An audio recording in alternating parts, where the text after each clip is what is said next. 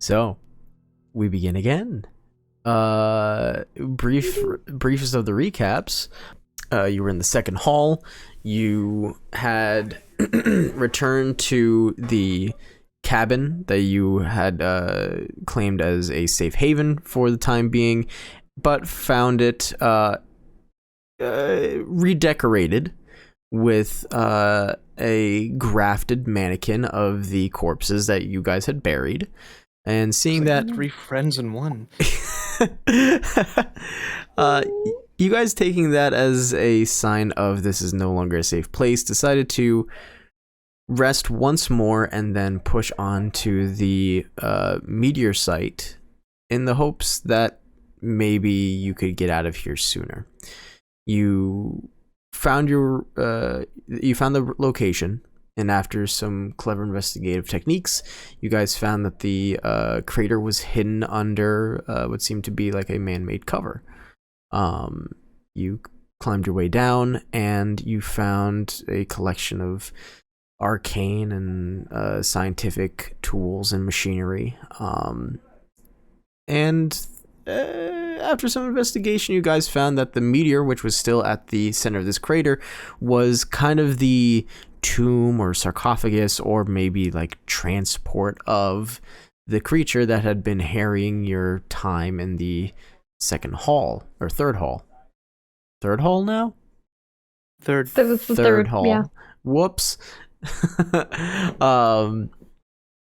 And the apparatus that basically kept the thing at bay and was your only lead forward was damaged.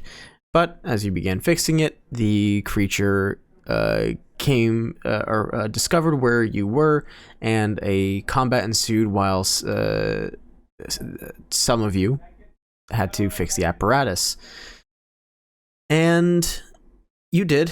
It was a close call for some, Theodore having fallen unconscious, but you guys, for all intents and purposes, won the day. Didn't kill the creature, but you managed to find your exit upon fixing the apparatus, and you made your way through. And we will be beginning again with you all piling through, or piling into the halls. Wait, what's the? I mean, I think the last one through is Val, I think. It was Val. Yeah. But we'll say that we pick it up at the end of the combat where everybody has come through and you end up back at the inn. Theodore, still unconscious, but my chest looks like deli meat. but Val had said that they were going to cast Cure Wounds once they went through. So I'm going to move you guys over to the inn, and I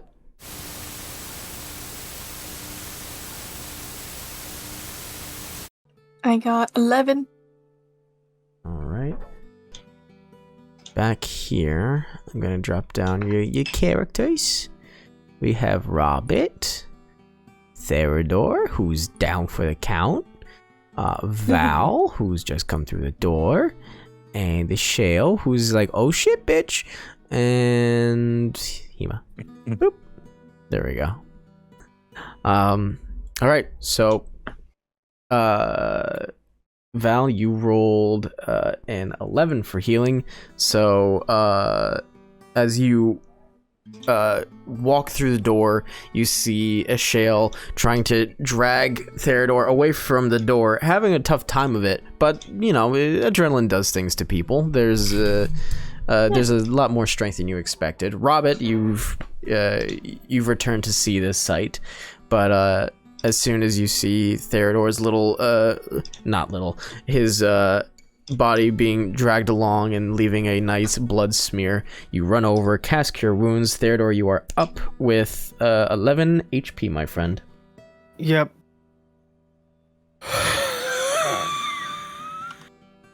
Welcome back. Yeah, well, that could have gone worse, I guess. You really gotta stop doing this. Glad you're alive. I'm glad I'm alive too. Mostly. Oh, it hurts. It hurts like a bitch. I can't imagine, thankfully. And he just kind of looks down, because if I remember right, you said my armor is now sundered. It's a little busted, yeah. Yeah. He just kind of looks down. So, you think they fix armor at the shop? I mean, it's worth asking. He just kind of staggers up to his feet. Mm-hmm. Is there anyone, like, next to him? The Shale and Robert. Yeah, as the Shale's a bit taller, he probably puts some of his weight on a Shale. He's not feeling great. A little Sorry. warning next time, please. You're fine, just warning. Yeah. All right, let's go.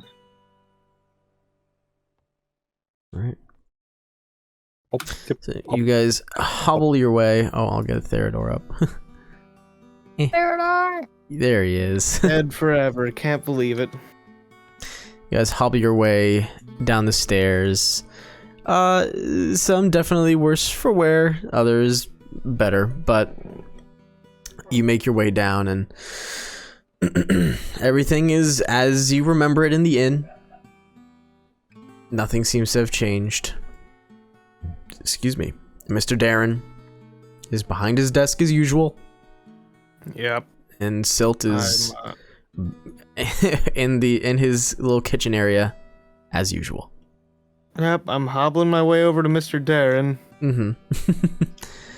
And he looks up from his scrawlings to you and adjusts his small spectacles and says, "Well, it is good to see you back. Though, it definitely a little, as you would probably say," and he holds his hand up to you and like wiggles his fingers, "rough." Yeah. Do you guys have a way to repair armor here? Yes, we do. If you don't mind doffing it, I will hand it to Emil behind me. He can handle that. Yeah, Theodore starts taking off his chainmail and hands it over as neatly as he can. Of course.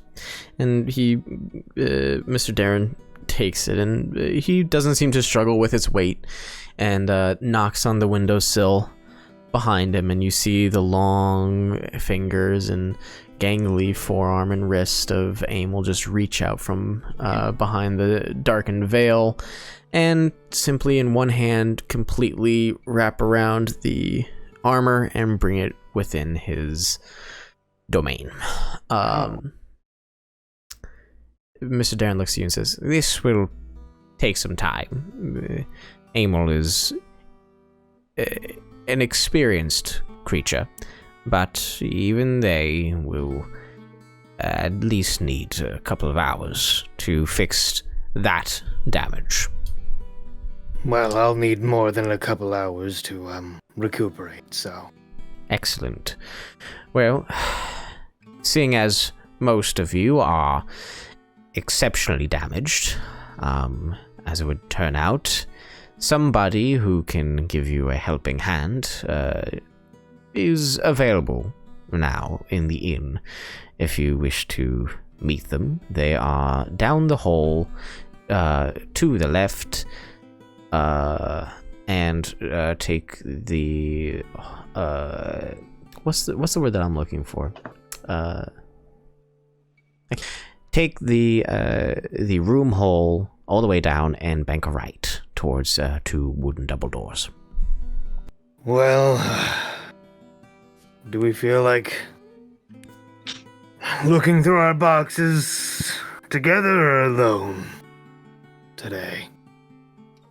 Frankly, I would rather us get some sleep first, even, but... We can look at them alone and get some rest in the time being. That could I work. think Ashale has our keys, if I remember right.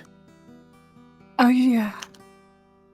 And I think I only got one. No, you I think got we all the grabbed our whole- own on our way out. Oh, did you? Yeah. Nah. Yeah. No, because Theodore did not grab his on his way out. Oh. I thought you Someone did. had Right? Theodore's. I Yeah. thought you had to. I Hold think on, they were door's still on open, I'll be the. I think they were on a singular key ring. I think that's how we played that. Okay. Oh. All right. Then I will pull out the keys and divvy them up. Right on.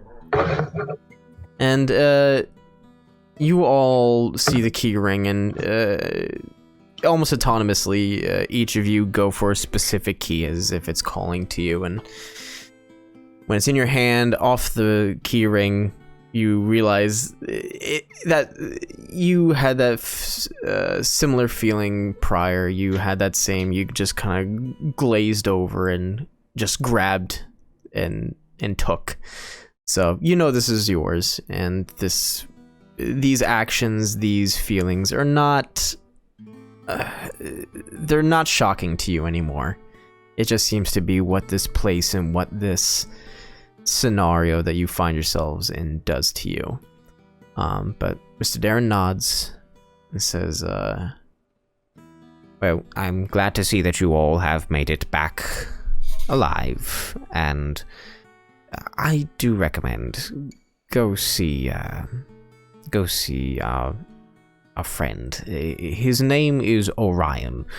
He will at least patch you up, that way you're not all suffering with your wounds. A healer. Yes. That's useful.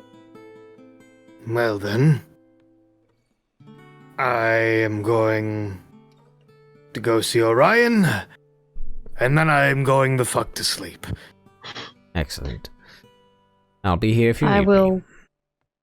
I'll Theodore's already continue wandering off. supporting Theodore's weight if he needs it. okay. Theodore's kind of stabilized a little more and is against the wall, but he wants to go to sleep, but he recognizes he needs to see the healer. Excellent. Yes. Put everything back first. Mm-hmm. Yeah. So he's off. Gotcha. All right.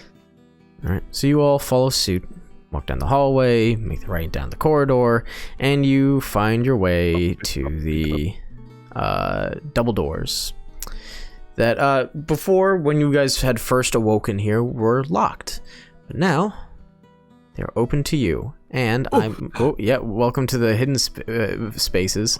I am going to unhide all of that real quick. So Excellent. Bip, White space. bop, Yo. Oh. Ooh, boop. this is not Huh. a healer's Horrifying. domain. No. 90% sure it's a Boss necromancer. So you guys open the doors. You find yourselves in a garden. The plants seem to be dead and decrepit, but not ill-kept. They seem to be pruned and trimmed, but they don't seem to have any growth to them. There are several bushes lining these dark cobblestone pathways, and between them is patches of grassless dirt and mud.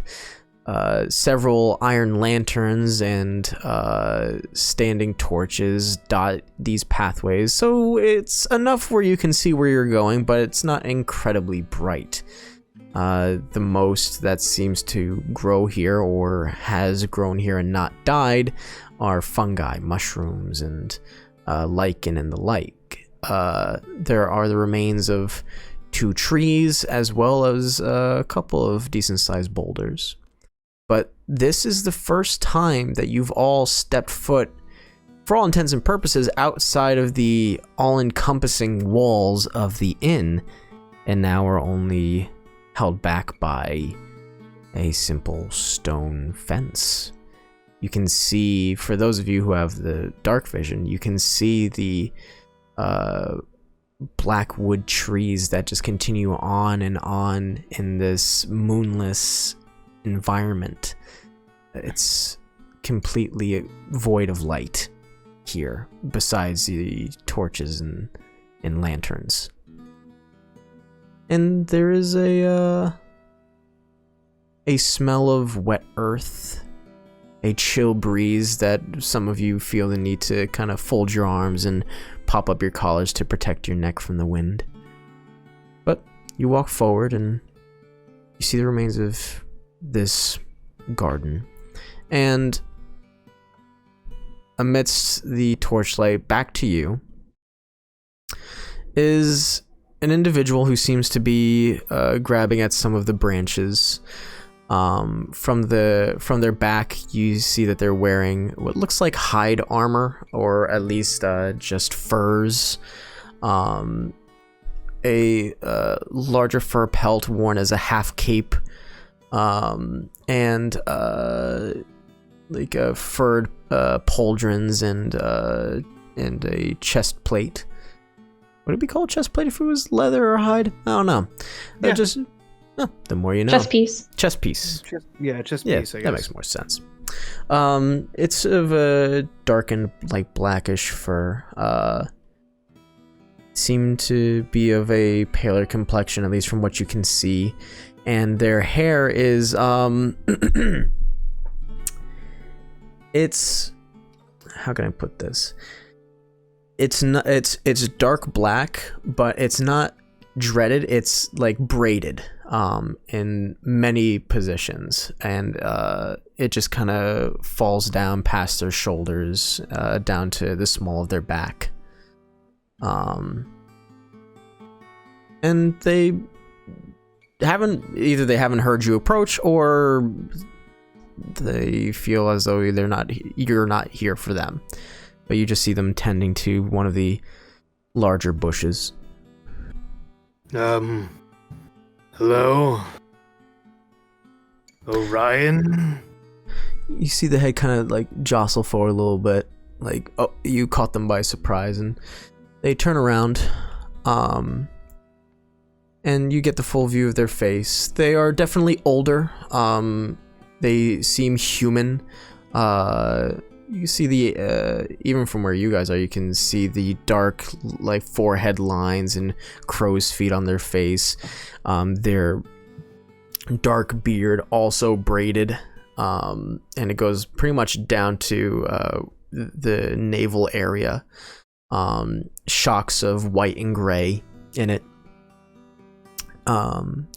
You see that they had a staff leaning up against the bush that you thought may have been just a broken branch, but they pick it up, and it looks like a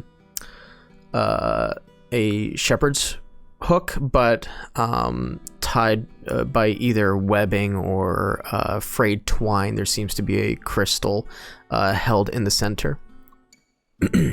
And they hold up a hand to you, and they approach. Just slowly, just gentle walk. You get a better look at them. Definitely human male. And yeah, they're up in their years. In comparison to the two humans in the room. We were... Mr. Darren sent us to you since we were injured. We've gotten a bit of a scrape. They nod, and nobody here speaks Thieves' Cant, do they? No. No.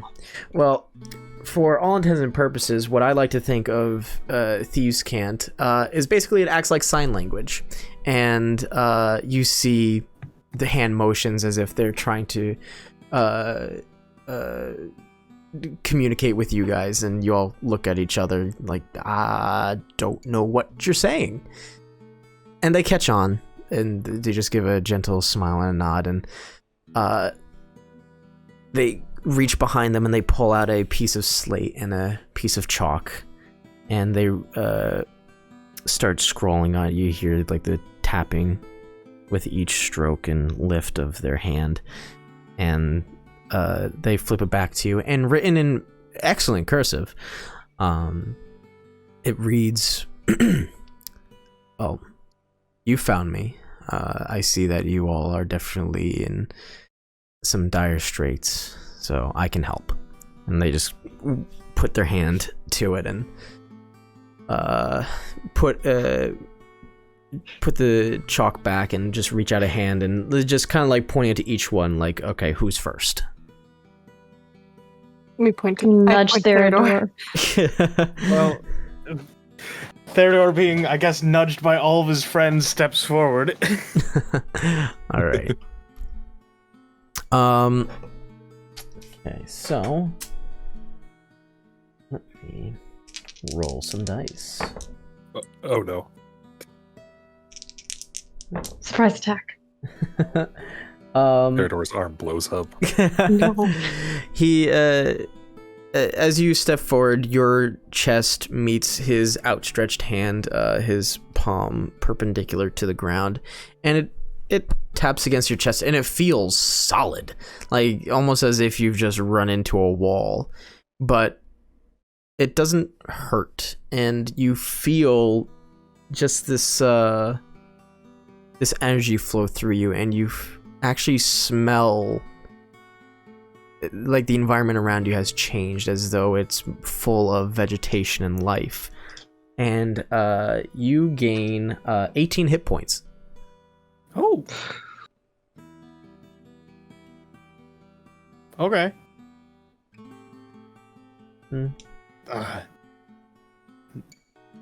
Orion gives you a nod. Theodore just kind of awkwardly steps back. He doesn't know he doesn't know what words are anymore. He's tired. And All right, who's next for a start? Robert. Yeah. Just go. Fine. I want to say to the doctor.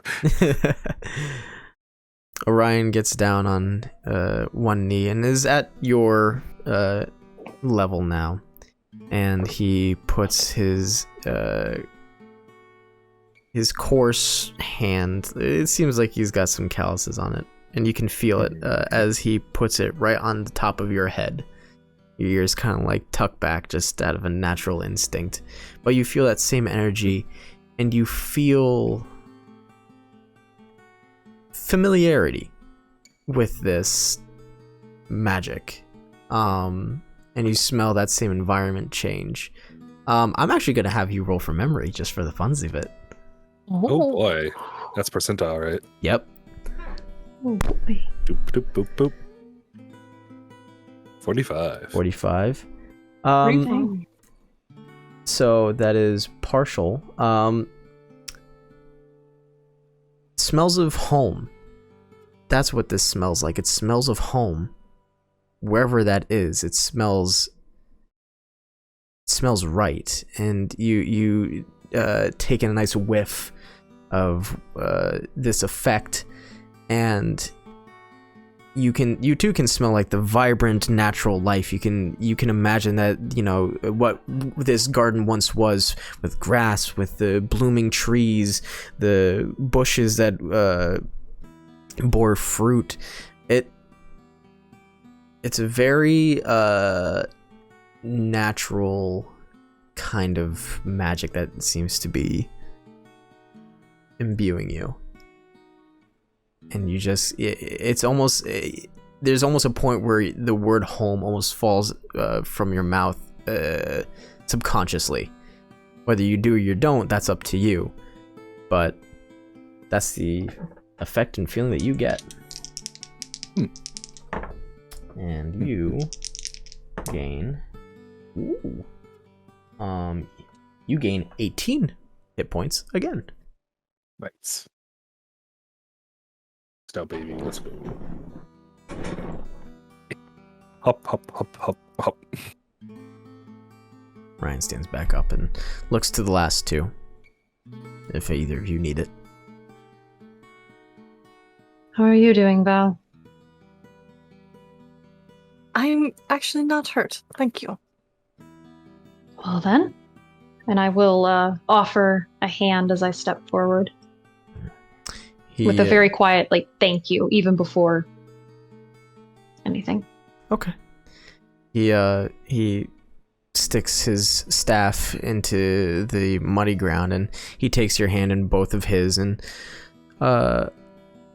holds it in like a loving familial kind of a way, like kind of like your grandfather or your uncle having not seen you in a while and is about to ask you how your life has been the past couple months kind of a way. Yeah. But same effect, same feeling, same type of environmental smell change. And how injured are you? Because that's going to dictate how many dice I roll. I'm down 8 hit points. Nah. All right. So then, well, you gain 5 back. That's not bad. Oh, I'm sorry. You would gain more. Actually, all of you technically would gain more because I was rolling the wrong dice. Oh. That's fine. You gain 7 back. Okay. It's fine. Whoopsie poopsies. I was rolling d6s instead of d8s. Oops. Terrible DM. Low tier. Okay. Rating you on Yelp. I'll give like a little bow when he's done and say thank you again. He'll bow back. And he'll pull out the slate and chalk again and scrawl. I'm guessing all of you will be sleeping for a while, but if you need me, I'll either be here or you can find me sitting next to the fireplace. One Thank of you. many. Appreciated. Nods again, wipes the slate, tucks it away, and is just going to not shove past you guys, but just kind of like slide past. Excuse me. And they're gonna head inside themselves. Well, I would like to I sleep for a week. Sleep does sound very would good. also like to do that. I'm immediately breaking for the wall and taking a peek over it. Yeah. And no one was surprised. Mm-hmm. No. Yeah, You I'm going to probably open my box and sleep. So So, Robert, you make a break for the wall, and It's gonna be like a slow like walk and then suddenly into like run when I think he's out of earshot. got it. You run through the bushes, your little footsteps making a little squishy sloshy sound as you step into the mud, but you hit the wall and it's darkness. Just a never-ending darkness. Don't think I took anything that lights up with hellfire.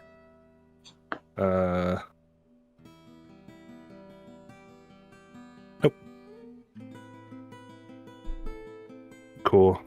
I'll head back. All right. are you guys opening your boxes tonight too? I think so. May as well.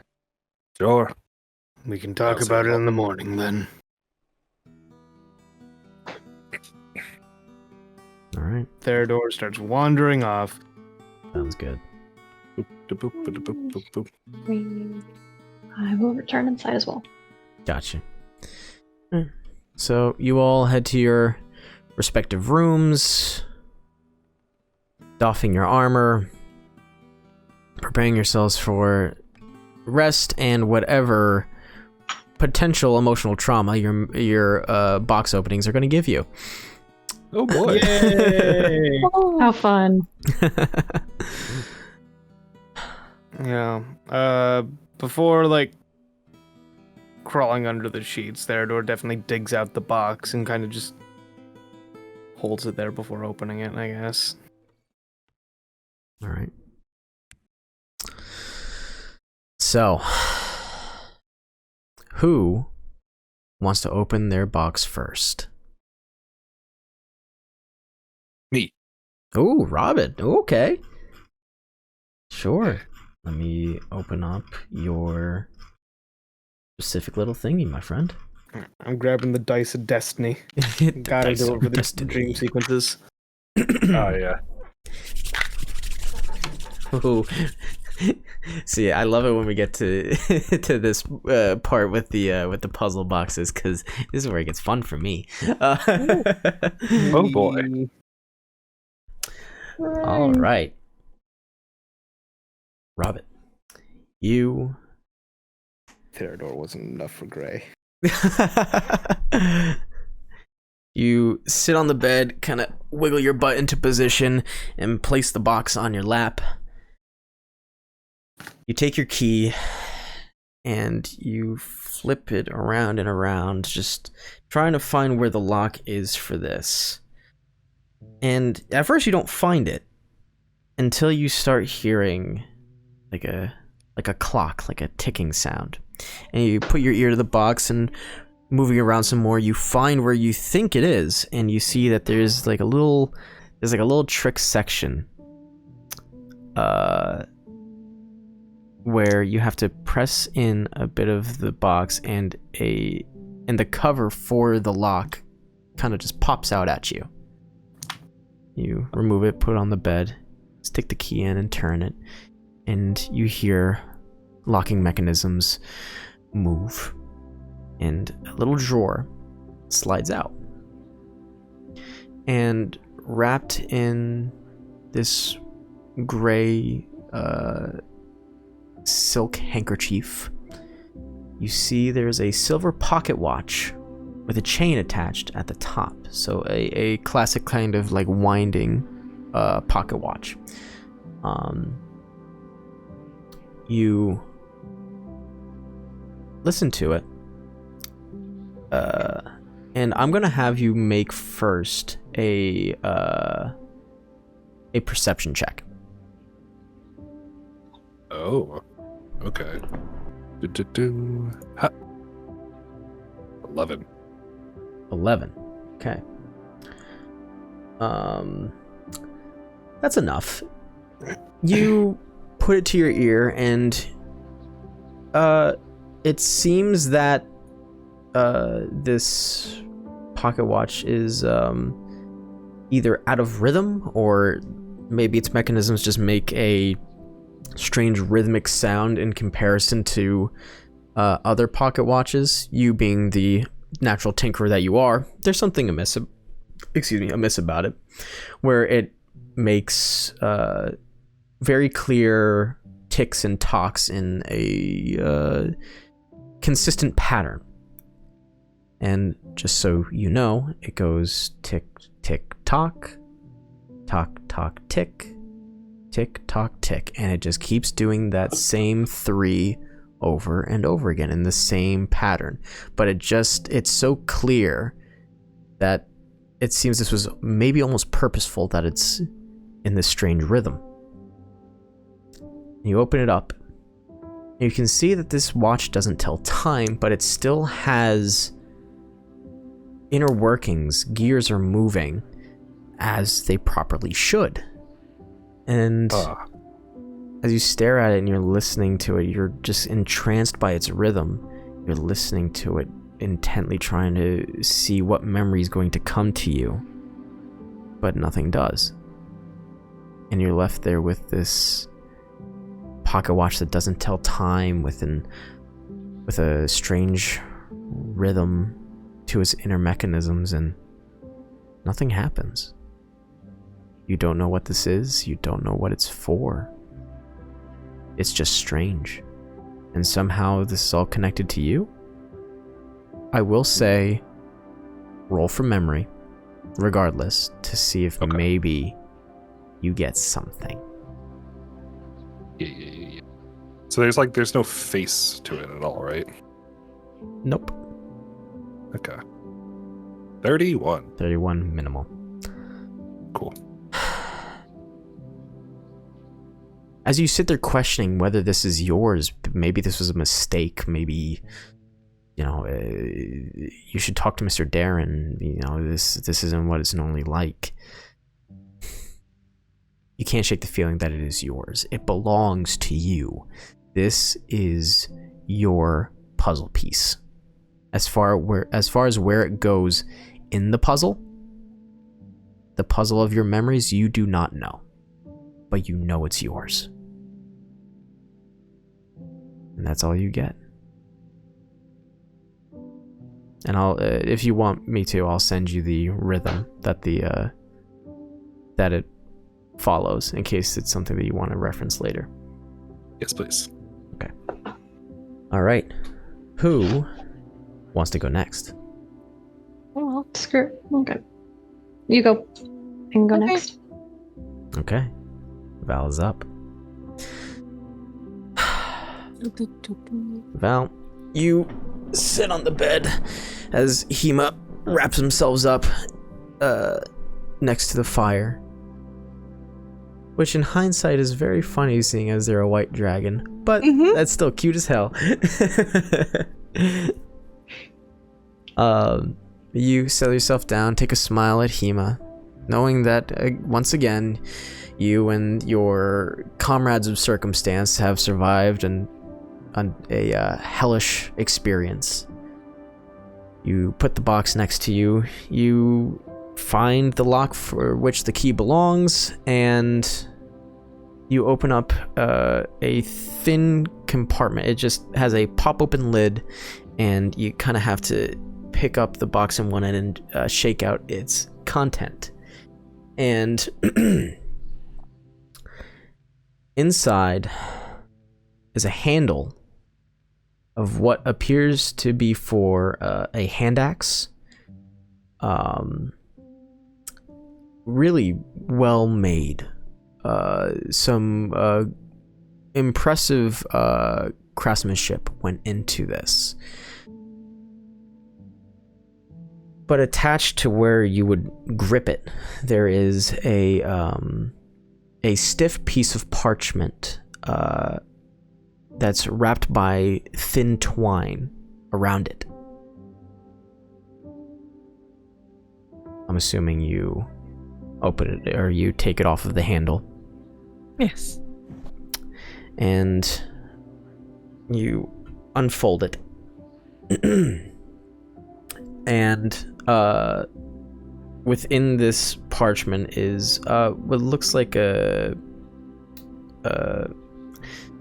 small, thick card that is this yellowish white color.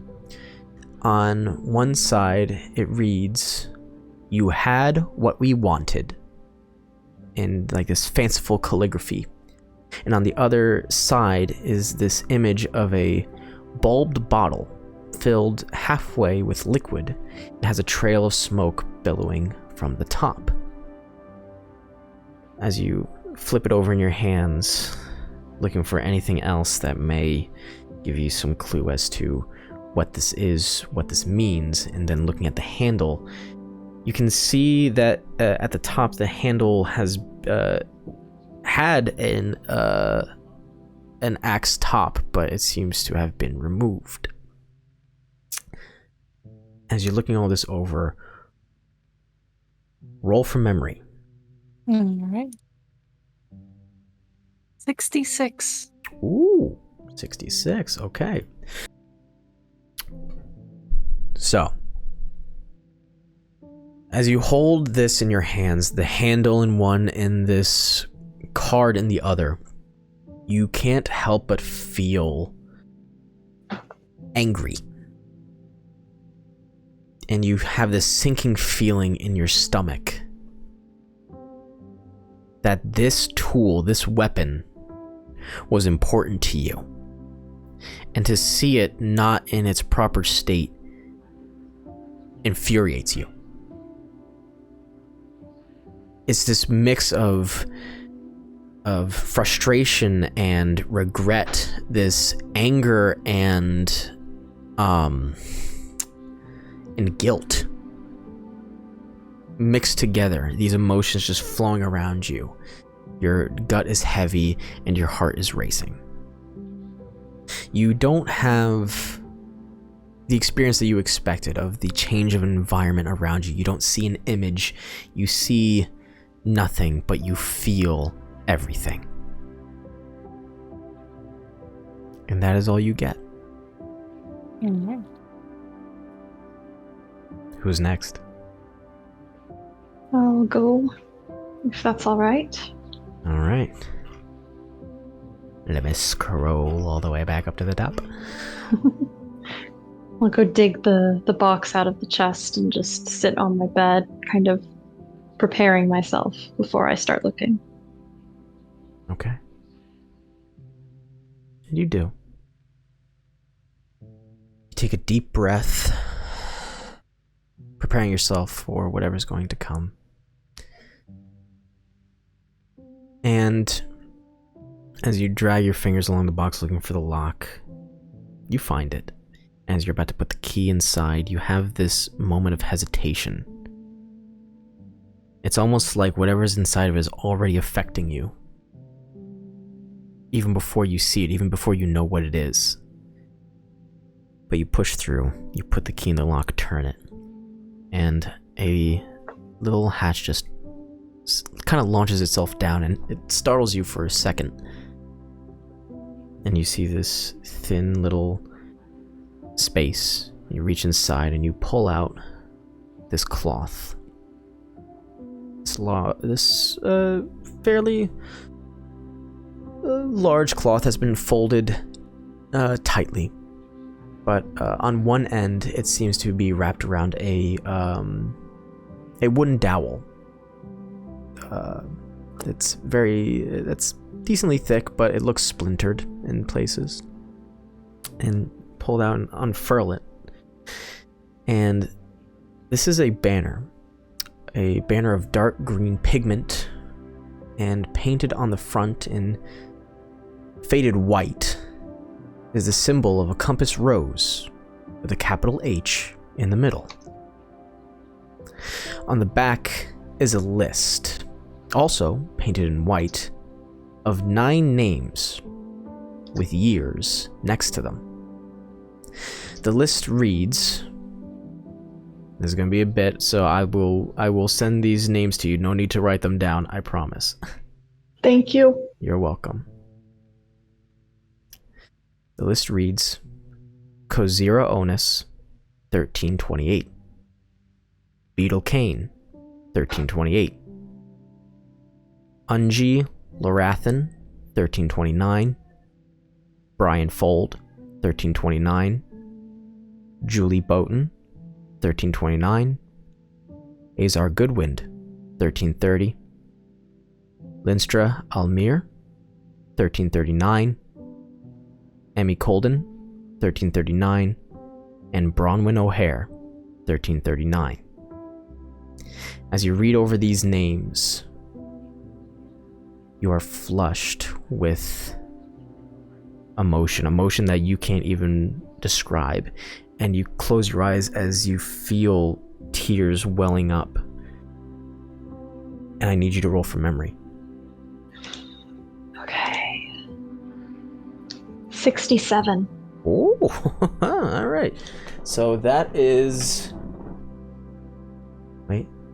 That is a full memory. Oh. You just hit the cusp above. All right. Holy shit. Right, because it was 1 to 33 was minimal, 30 it was partial. Yeah, no, that's full memory. All right.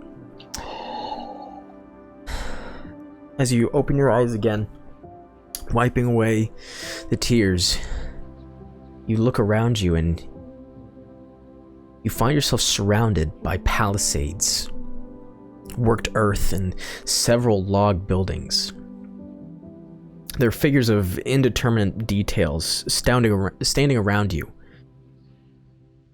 Their visages fogged and swirled, almost like there is a constant wind that's blowing away like watercolor on paper. You face a smaller individual. As you stand there looking at whoever or whatever they are, you feel these waves of anger and contempt, virtual, unabashful hatred come over you. but you see the banner that you were holding perfectly in your hands. And this figure seems to actually reach out for it, but you instinctively like pull it away and hold it behind you. And you, kind of in a rush, get on what seems to be a horse, though its shape is blurred like the rest of the environment around you. And you get on.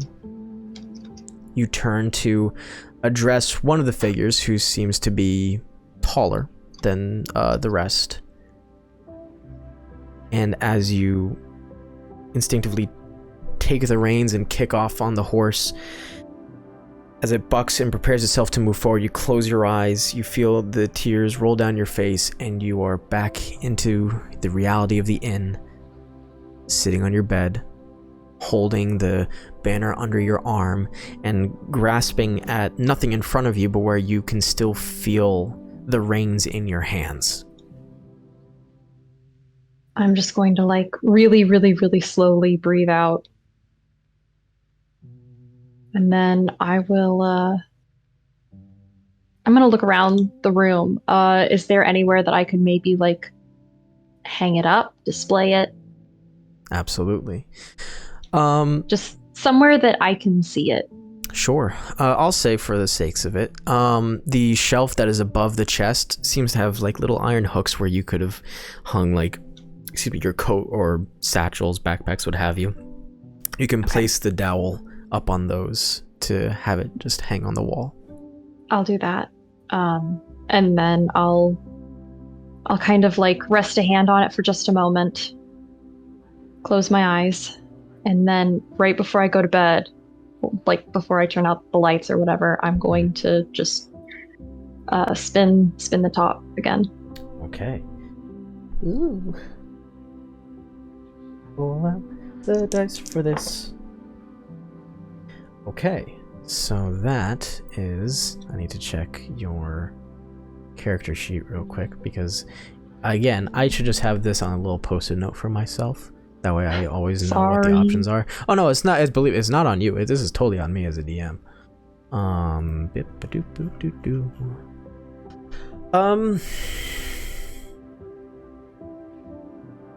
This one comes up sad.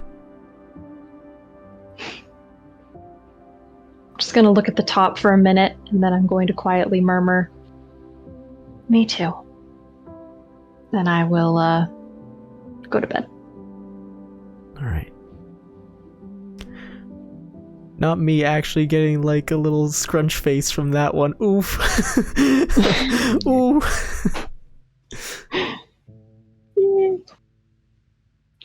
Alright. That leaves me. That leaves you. Yeah, Theodore's just kind of been fiddling with the box for a bit. There's hesitation to even open it. But, eventually. Eventually, you search for the lock. Insert the key when you find it. Give it a turn. And a small, thin, rectangular drawer becomes loose enough for you to pull it open. And you pull out a leather wrapping. It's long, and you kind of feel around for what's inside, and you don't feel anything until you get to the middle. It's almost like this leather wrapping is far too big and unnecessary for whatever it was holding. But you gently open it up, and inside is a small wicker necklace that's tied and held together by a leather strap. And this wicker forms the shape of what looks like a 3-pronged pitchfork that aims upside down. So the 3 prongs pointing down, and the pitchfork end, the handle aiming up. Okay. You hold in your hands and you let it. You hold it by the leather strap, letting the the wicker dangle. I will have you roll for memory. Okay. Oh, 11. 11. Minimal.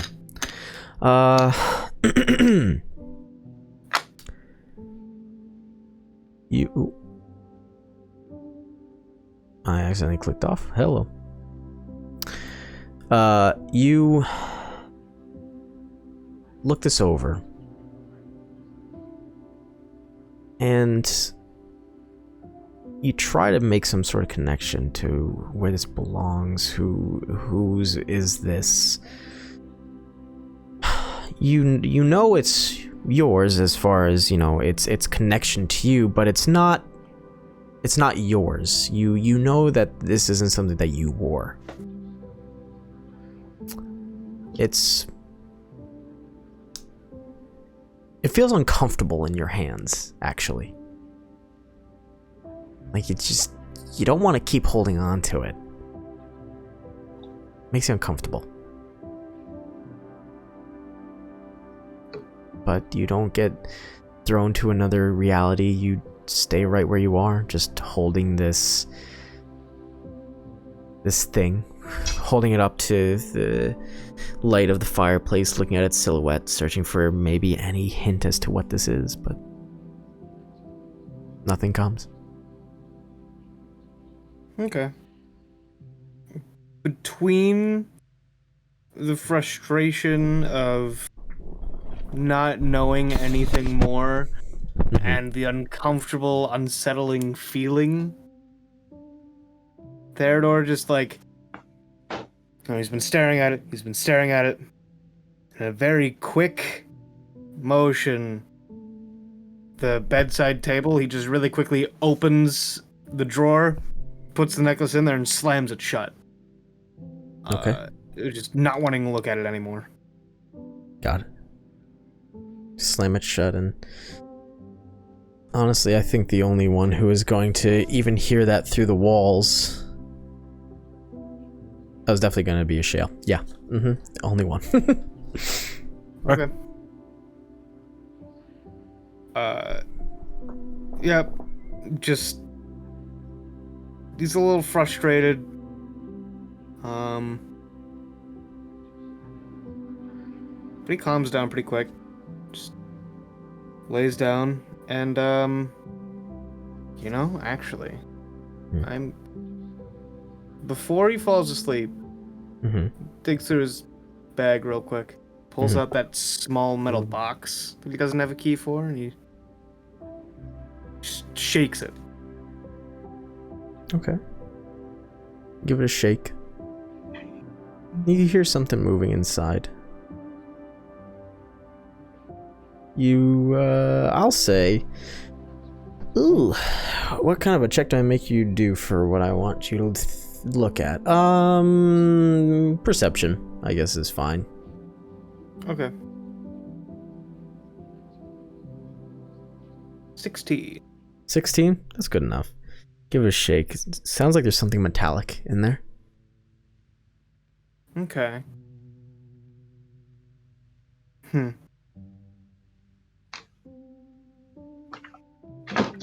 Bear just kind of shrugs, puts it on the bedside table, and falls asleep. Alright. You fall asleep. All of you resting your heads with these new bits of information running about, wondering what they all mean, wondering how you're supposed to feel, why you felt what you did. It's further maddening the further you go down this puzzle that is your memories. And it's maddening that you have to go through all of this just to get there.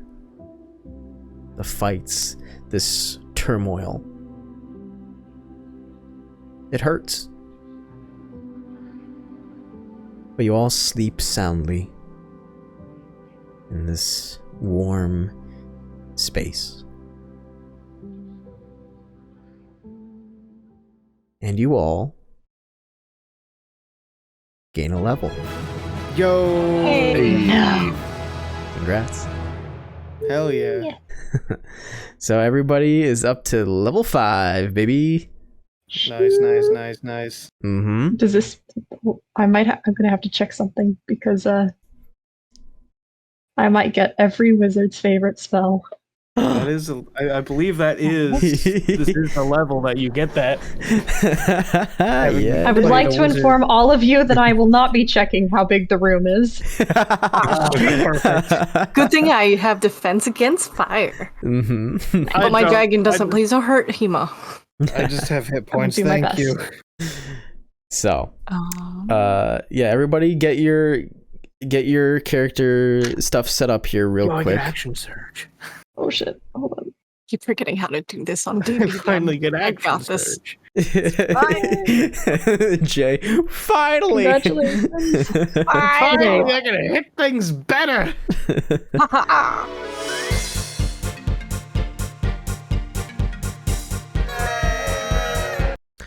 All right, if we're all back and ready to go, you guys have got your level up, you got your health, you got your special abilities, you got your spells. Yep. Is it cannoli?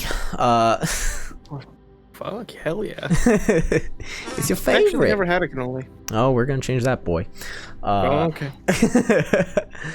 But you guys wake up. You're several hours later. You all gain the benefits of the long rest, obviously, and you guys begin your day lightless and anew. Neato. Mm-hmm. How are we? Yo, Theodore's got that dry mouth while waking up, so he pops open the decanter of endless water. Oh yeah, your favorite magic item. Guess what? It comes out like a fucking piston. Hydro That'll wake you homie. up. Yeah, I'm actually gonna double check real quick. So you can use an action to remove the stopper and speak one of the 3 command words whereupon fresh water. So yeah, stream. Okay, so it's not horrible, but it's. Oh, I took an entire gallon. I can't You sip have to out of it, right? No, yeah. Never mind. I'm not. You know what? No. You know what? Theodore did not get the memo. It says stream, and he gets you. Someone would hear the equivalent of waterboarding wet noises. Robin. Shale, half awake, banging on the wall. I cast Gust and bust the door open. You just see Theodore standing next to his bed, wet and disgruntled. And you see just this nice puddle of water at his feet. He is soaked. And I am holding the decanter of endless water. Did you have a bad dream? No, I wanted a drink of water and I forgot it doesn't So you went to bed. do it. No. Because from here, it really does look like you I went just to say bed. stream as I pointed like toward You spray Robin as he runs out the door like a scared dog. Ah!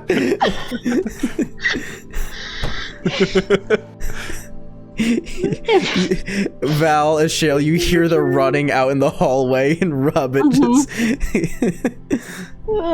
I'm just going to lay there in bed, stare up at the ceiling, and say to myself, "It is too early for this." This is like the equivalent of being woken up by children running in the hallways of a hotel.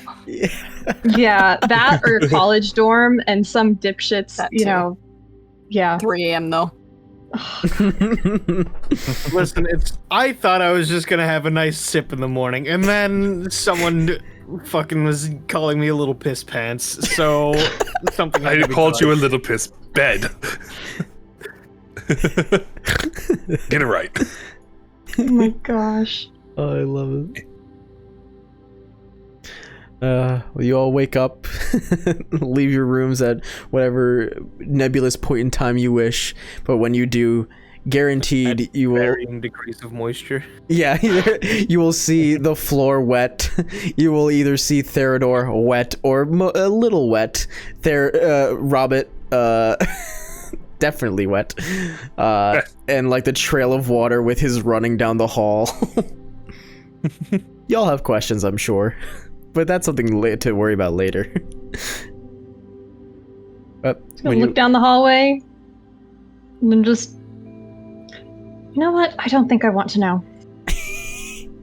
I'm just going to go in search of breakfast and coffee. All right, right on. Yep. Theredore's also going to Silt's. Time for silts. Food. Sounds good. Food. All right. Dragon needs food. You all filter out past the lobby. Mr. Darren is there. Robert is terrorizing him.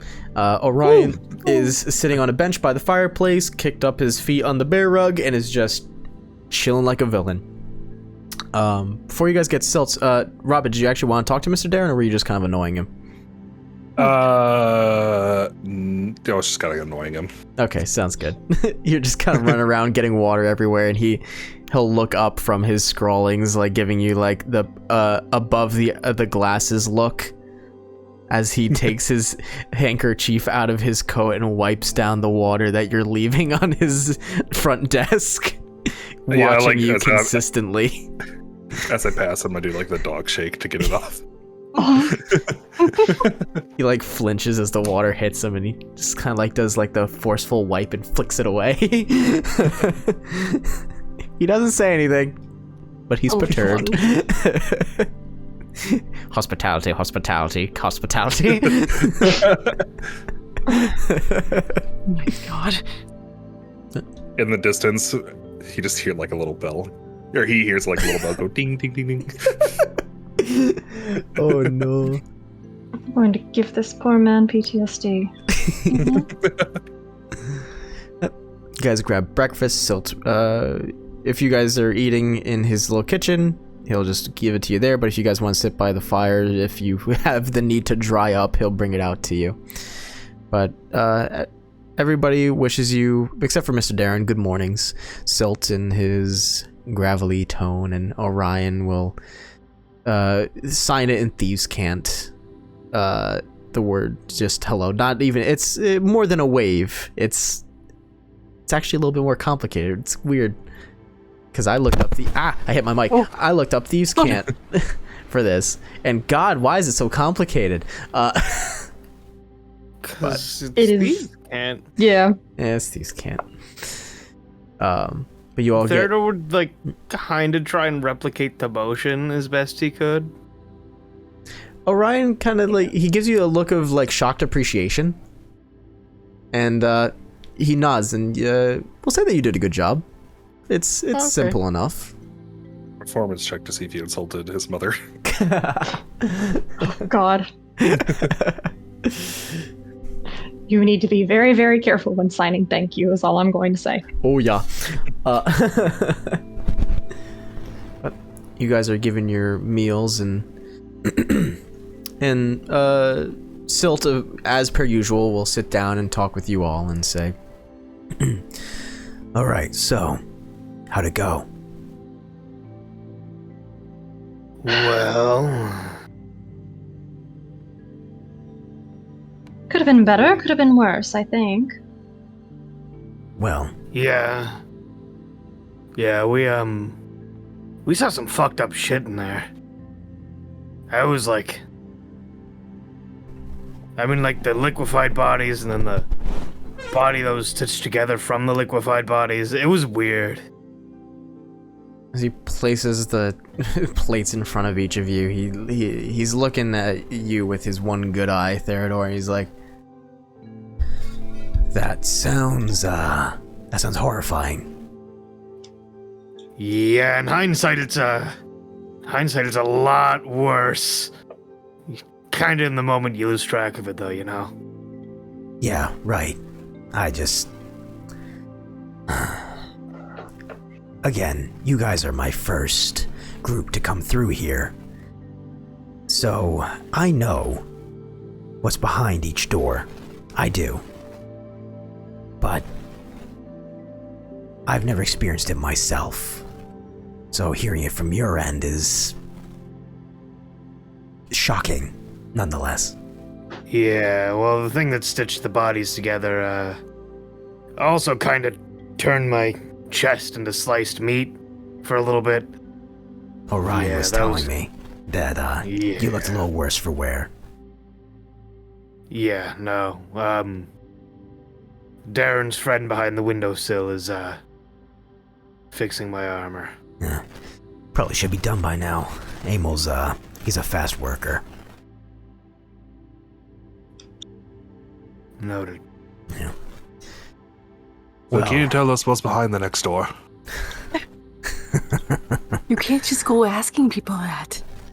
Well, I thought I'd give it a try. I think we tried it before, but, you know. You can ask, but I'm not going to be able to give an answer. Sorry. What if I said please? Well, then... With this ice cream sundae on top. Well, then I give you the ice cream sundae. And he pulls out an ice cream sundae. Okay, I'll take the ice cream sundae, but please. I think I will grab a hands for it. Give. Yes. Plops a little spoon in there for you. Oh my god. I go to town on it. Hell yeah. Ice cream for breakfast. I didn't even know that was an option. Did you want one? Didn't say anything. No, I'm fine. I keep on forgetting the anything part. Like Silt kind of like tilts his head down and like does like a little like like the puckering face with like, come on, are you sure? And he like slowly lifts up an ice cream sundae from beneath the counter. No one's telling you can't have ice cream for breakfast. I mean, yes, but also... No, wait, Theodore, I think this ice cream sundae's cursed. My head really hurts. You might be eating it it's too called brain fast. freeze. Slow down. Just face plant onto the counter. Oh God. Hold on. Can I pass it forward? Here, I want to pass it forward. Hey, Robert, do you want 2 ice cream sundaes? My face still on the counter. I just reach out and just, like slide the ice cream sundae towards myself. Oh. Thank you, Sil. I God. appreciate it. Oh, ye gods. Okay, but Robert, what if you ate it faster and then drank the hot coffee? Are you sure you're his friend? No, but this is really entertaining. Right. Oh boy. Well, what I can tell you about the next room, because honestly I want you guys to succeed. I want to see you move forward. You gotta really pay attention. Soak up as much information as you can. Alright, can you do that? Of course. Do our best. Good. You're gonna need it. Only And mildly alarming. I'm actually gonna roll something. Do what? I'm gonna roll something. Okay. Uh-oh. I've rolled. Okay. So, how about we'll do this? You stay there and look stoic and unmoving as possible if this monster is going to be in the next area. All right. Big slime. Continues cleaning a glass. Dragon. Continues cleaning a glass. Manticore. Continues cleaning the glass. Oh God, we're so Got a long list. Oh boy. He genuinely smiles. Like, he gets like the biggest dumbest like draconic smile on his face. He shows like his teeth. Like it's horrifying. It's like Hema smiling at you, but Oh, like home for me. Perfect. yeah. But he's feel laughing. He comfortable loves here. this.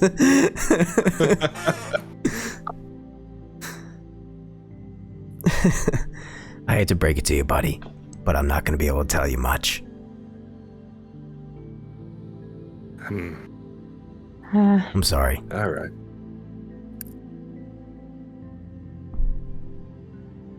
Believe me, I shouldn't even have told you what I did. But Will you be all right? he looks around. Nothing's happened yet, so I'm going to assume yes. All right. Well, First time. We'll call it a newbie, does air quotes, newbie mistake. We won't say a thing. Mm-hmm.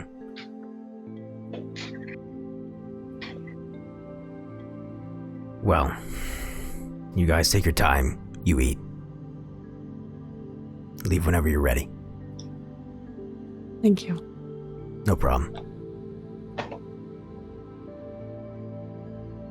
I'll just stand there, have any idle conversation that you guys wish to have. I want to order an ice cream for Hema. Gladly. Especially because, like, with how fast Robert was eating ice cream and getting brain freeze, I want Hema to be able to eat that faster. Nothing happens because she's an ice dragon. Exactly. That's exactly what happens. Like, Syl puts it in a bowl, and Hema just, like, with the dragon tongue, just slurps it all in one go. And Robert, you look jealous. Oh my god. You want that power. entertaining trick to be sure. As Hema kind of has like a little burp, it comes out with like a little ice cloud. Oh, that's a cute.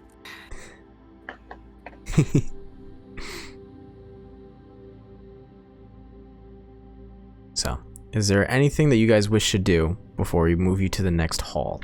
You guys have the catalog for Mr. Darren. You have, you'll just, Theodore, you'll grab your armor and it will be completely fixed. Not a problem. But any conversations that you wish to have, anything to do, speak now or hold your peace. None. I mean, Theodore at this point is just kind of trying to move on with his day. Gotcha. All right. So everybody's good? Nobody needs anything? Nobody wants to trade anything? Nobody wants nothing? I can't think of anything. All right. So there. Once you guys are done eating, armor back on, you guys set and ready to rock and roll. Yeah. You head for the hall. You go up the stairs, wave back to Silt and Orion, who wish you all luck. Mr. Darren is just there. You make it up the stairs to the final door in this hall. And it is the door with the visage of the ship and the sun. So that would be this one over here. Beep, beep. You guys take a deep breath. Steel yourselves. And who's opening the door? I believe it's May's turn. I thought I was the last one. Who? Then it's Robert's. No, I opened the second one. Okay. I know Hema chose one at some point. Yeah, I'm trying to look through my notes to see who chose what. Theodore is the first one.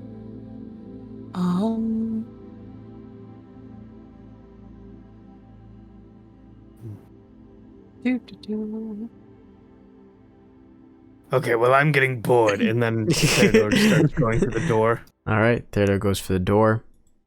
You open it up. Well, I'm getting bored, or I jump and grab the handle. before he does. you both reach for the handle, pulling it open at the same time. You look at each other and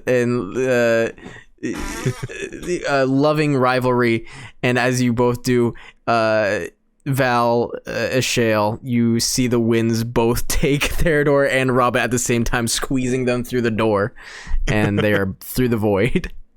All right, then. Time to go. Sounds like. All right. And we'll step through. All right. You all step through and on to the next hall. As Theodore, Robert, you guys are shunted through the door in your loving rivalry. You are thrown into a fresh environment. You guys land headfirst into sand. You kind of rub it off your faces and cough it out. You can feel the hot desert sun beating down on you. And Ashale and Val and Hema follow suit, and you guys find that as you took your next step through the doorway, it sinks a little bit into this loose sand. Looking around you, I can't show it on Tailspark, but just imagine it for yourselves. This is basically a dune sea. Wind blowing and whipping sand all around you, not a single cloud in the sky, and right now the sun is at a high noon position, so it is at the peak of the heat. Well, I'm glad I got my endless water bottle. Oh gods, I'm going to burn. In front of you is a set of structures. 2 tents, some dome structure with canvas on the top to obviously block out some of the sunlight, and just some adobe square house ahead of you. You can see that there's a mounted crossbow at the top and a haphazard wooden ramp that leads to the roof area. Does it look like anyone's there, do you think? Or...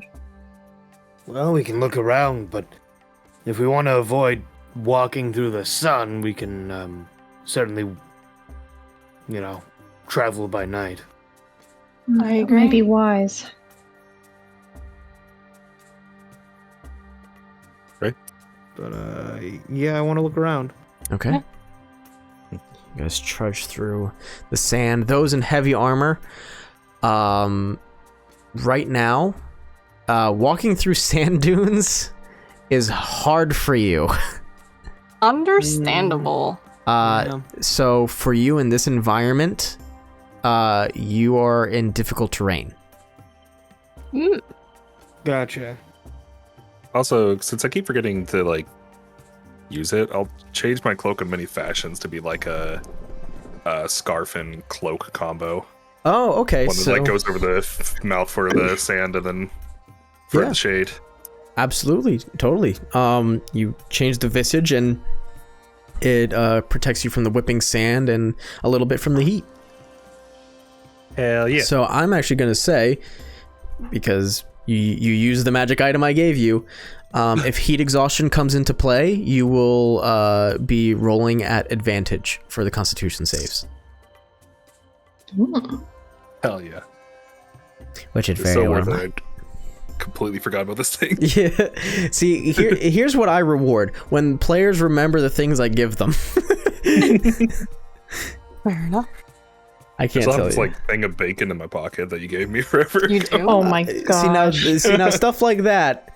When it comes into play, I know you'll remember. This is like me and the peanuts in Scarlet Hollow. Oh my gosh, the peanuts.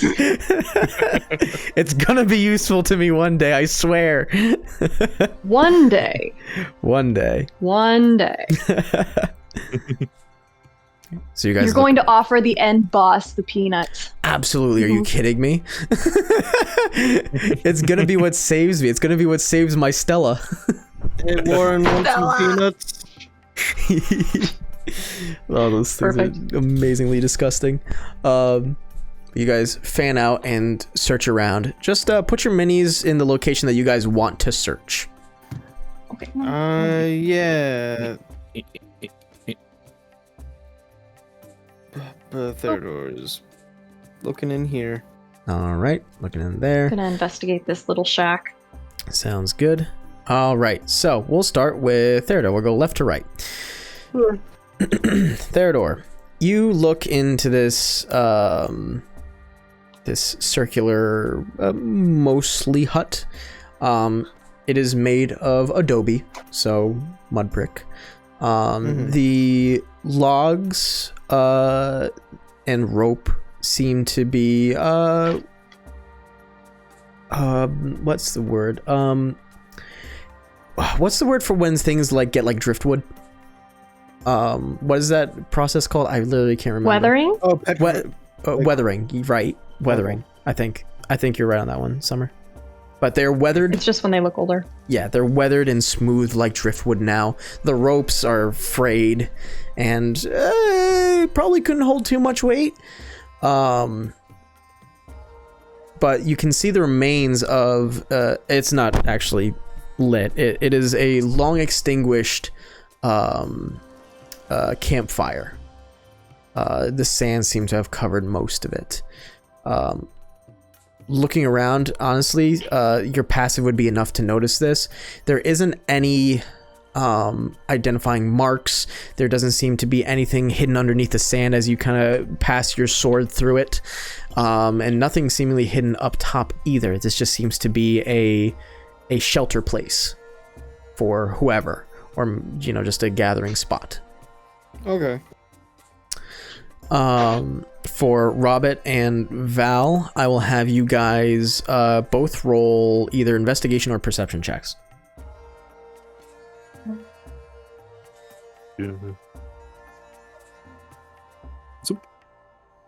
Natural 20. Whoa, hey. 6. Complete opposite ends of the spectrum. All right. Uh-huh. Okay. Interesting. So we'll start with Val. Val, you do not find anything in this tent. It's definitely not worth much of a tent anymore. The best that you could probably use this for is maybe some sun covering if you wanted it. But as far as keeping out the elements, there's too many holes. It's too frayed. It's nearly see-through at this point. This tent seems to have been here a while, and there are wooden spikes that go deep down into the sand. But interestingly, the tent poles and what have you, they're not really tent poles. It just seems to be like random pieces of wood that have been used for this.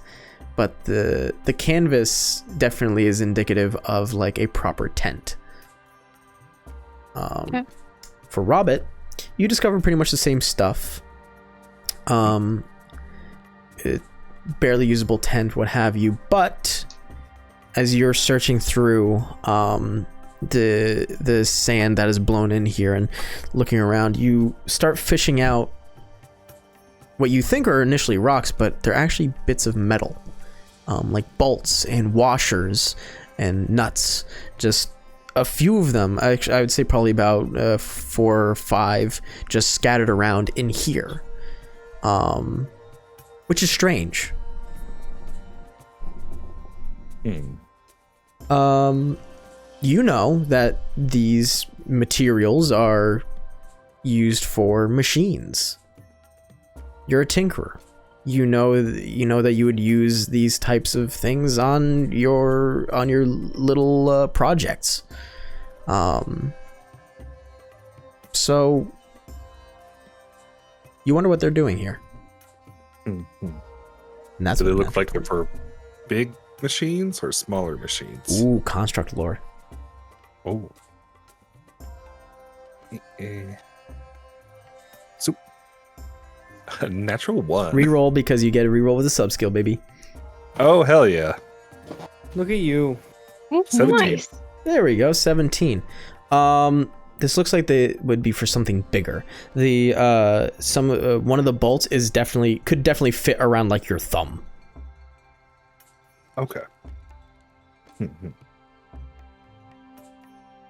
I will take a single bolt. Okay. Sounds good.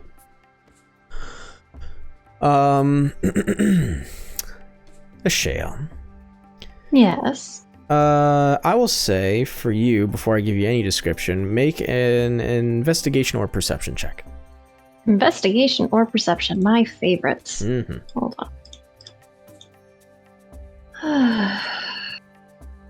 Well, investigation's better. All right. 17. 17 again. All right. Looking at this adobe structure, it's solid. It seems that some of the initial layer is chipped and gone away from the perpetual winds here, but it's still a hefty structure. The wooden crates are empty. You lift the lids and most are filled with sand or just have nothing at all within them. There is no door. It just seems to be a very open interior design. But there are bedrolls in here that have fared far better than the tents, and it probably has something to do with the fact that they're within, this square. You search through them, you find nothing that shows that somebody has been here recently. In fact, it seems with the 17, these bedrolls are faded in color, so they've been out in the sun for a while. Okay. Interesting. All right.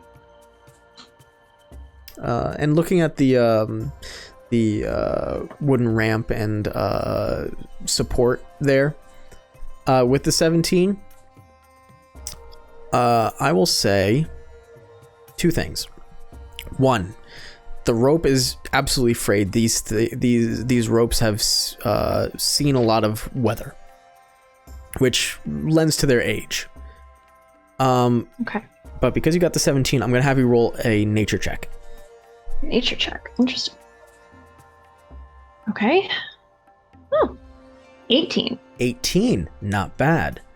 The dice are going to fuck me over later tonight. Look at these logs. They seem to be aged for a long time. Like, honestly, if you gave some of these bits a good kick, even with your strength, you might be able to break them. But on top of that, I'm not going to be able to name whatever type of wood would fit this description, but you know that this type of material does not belong in a desert. Ooh. Interesting. All right. And that is the information you get. Thank you, DM. You're welcome. Well, anyone finding anything interesting? Nothing here. Nothing here.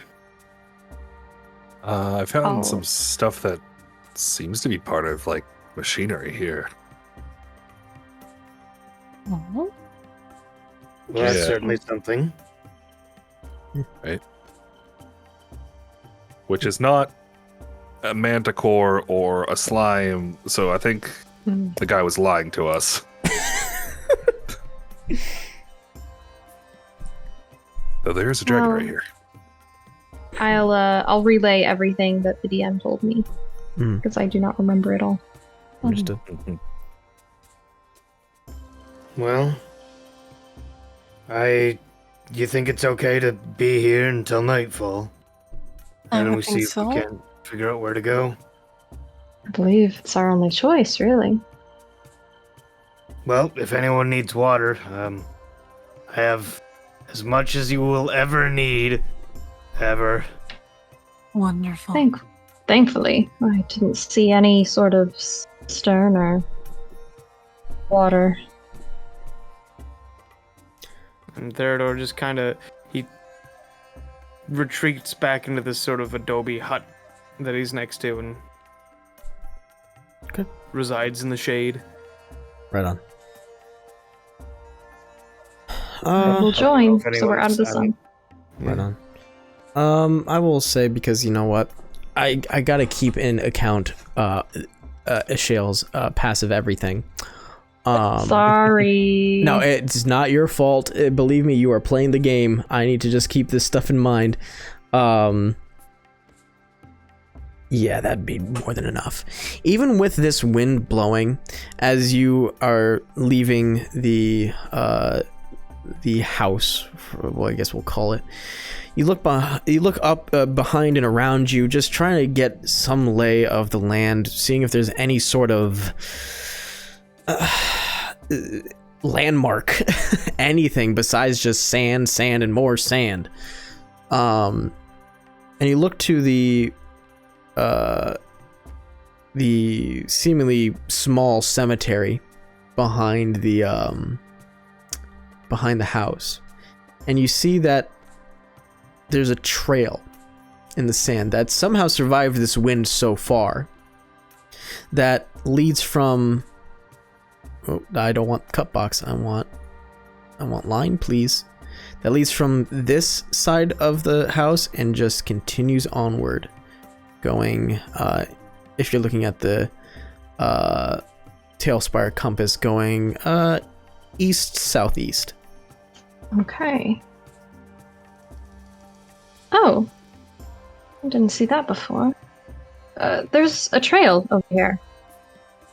Look, just through the little, I suppose it's a graveyard.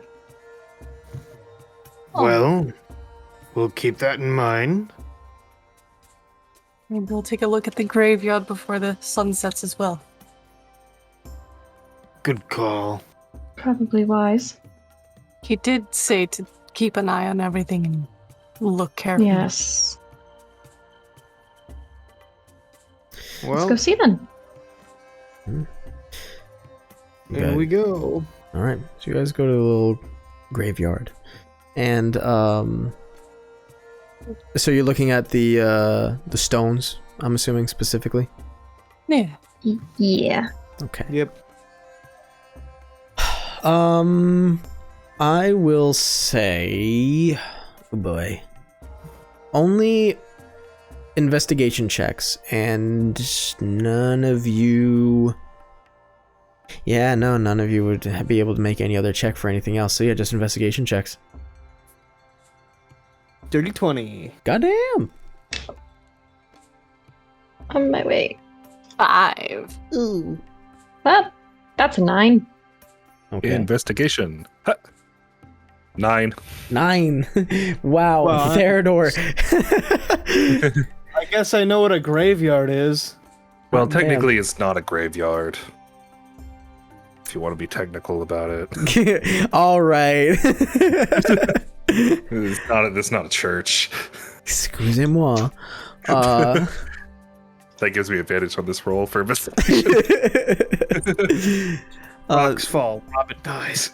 Oh no. Most of you looking at this, at these stones, they're not granite, they're not anything that you would typically imagine a graveyard, cemetery, what have you, would have. But Theodore, you... Oh, you know, this is gonna go way back. You recognize these stones. Me personally, I cannot remember the type of desert stone that you would typically find, and not sandstone. But they're like the like if you were to look at the Grand Canyon, that kind of like reddish stone. Oh, well, yeah, slick rock. Slick rock, is that what it's called? I mean, sometimes it depends. Alright. But it is a kind of sandstone. Noted. It's made. But Yeah, they're made out of that, and you recognize it right off the bat. You know what it's called. You know that this is, you know, a proper desert stone. And as each of you are looking for maybe any sort of writing or anything on these stones, most of you don't find anything. Theodore, you're dragging your hands across and you feel little indentations that are definitely unnatural. They make out a language, but it's definitely a language that you don't speak. Gotcha. So it's not Celestial Common, Elvish, or Undercommon. Nope. Well, Damn. And the fact that you're picking these up with how eroded these headstones are is incredible. Because these things are still, like, they're here. You can see some of the deeper carvings, or you can feel them. But these stones are definitely decrepit. So the fact that you're getting that is a miracle. well, I'm gonna point that out to everyone, and start asking if anyone knows what these might say. I can take a look. You Is all- it Sylvan? You all take a look, and because I know for a fact that none of you speak this language, nobody knows. It's completely alien to all of you. Okay. Well, There's a new one. guess we'll, not really, no, I guess. I don't know. Words. Brain damage. Words are difficult. I don't know. This is interesting. I suppose we could always try and note down what it says, but, Yeah. well, we stumble upon someone who speaks the language. We could at least copy the writing itself, and from what we can gather, maybe it'll be important later. Entirely possible. All right. You guys will try and take note of the letters, the whatever, the characters. You're not even exactly sure what they are, but you try your best to keep it in mind. I'll just say, collective minds, you guys could figure something out. Now with everybody's being here and around and having the trail point out to you, it's a deep trail. It's in sand, so as the wind blows, obviously the less and less you're going to see of it. But it definitely seems that something heavy moved through here, heavier than the two people wearing their armor.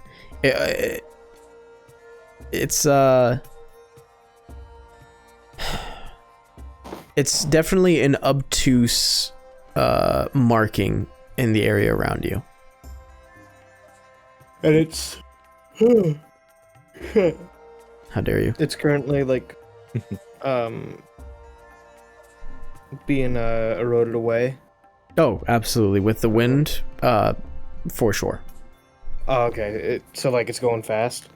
Yeah, fast enough where you definitely run the risk of losing it, given a couple hours. So, do we want to follow this, or do we want to continue with our plan of waiting a couple hours? Because it's going to be gone. That concerns me. I don't want to lose this trail. I feel like it's important. Yeah. Definitely our only lead. Indeed. Well, if anyone needs water, I have the water. Perfect. Excellent. Should we all try and soak some sort of head covering? This heat's going to be miserable. I think We I'm could- already burning. Take apart those canvas tents and then make sort of shelves for ourselves. Wise idea. And I'll head back towards the tents to try and deconstruct something so that I don't burn to death. Okay. So I'll say you're making some makeshift clothing, and something like this you could easily screw up. So I will say survival check for this. Ooh, exciting. How crap am I at survival? Not too terrible. 13. 13. Okay, that's pretty all right. You're already given a crap hand as far as the material you're working with, but you can make a shawl and a covering that's decent enough. How many of these are you making? Are you making one for everybody? Because I mean, you do have the material for it. You can make it work. Yeah, with that I 13. was gonna try and make one for everyone so that we all had something. Sounds good. So, I mean, Robit's covered, but for we'll include Hema on this, honestly. Okay. Little dragon cloak. Little dragon Aw. cloak, yeah. So, Be adorable. you can get 4 shawls easily. Okay. So what this will effectively do for you guys, because that was high enough to at least have an effect on any heat rolls you guys make traveling, the DCs will be reduced, though minorly, because the roll wasn't amazing. Okay. Understandable. I will accept this. Right on. And Robert is All completely right, put these on. Yeah. All right, everyone, here you go. Let's see if this should work. They're Appreciate it. wonderful. Thank you. You're welcome. I figured it was better than boiling alive. All right. You all put on the shawls. I mean, you know, they fit, kinda. Mostly. They work. Yeah, you don't That's the need important dunk thing. on her work too bad. Damn, great. Yeah. Utilitarianism over comfort, folks. I'm not a weaver. I'm not a seamstress. They'll get the job done for sure. So are you guys heading off immediately or making any of the other Seems prep so. work? I believe we're going. All right, sounds good. So following the trail, who is going to lead the charge, and just kind of like put yourself, I guess, in a marching order? Theodore could be up front, I guess.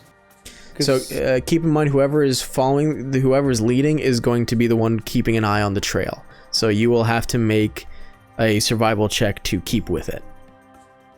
oh, who found the trail? Shale. Shale. Is it survival? Well, I'm pretty neutral on the whole survival thing. I'm okay enough at it. Then where to put it in a number? No, I'm okay. You guys can totally metagame it. It's totally fine to throw out your numbers for stuff like this. 0. I got a +4. Or +4, Okay. +2. Survival's +1. Oh, okay. Then I guess I can lead the charge. Yeah. Okay. Maybe region navigation will work for me eventually. Oh, wait.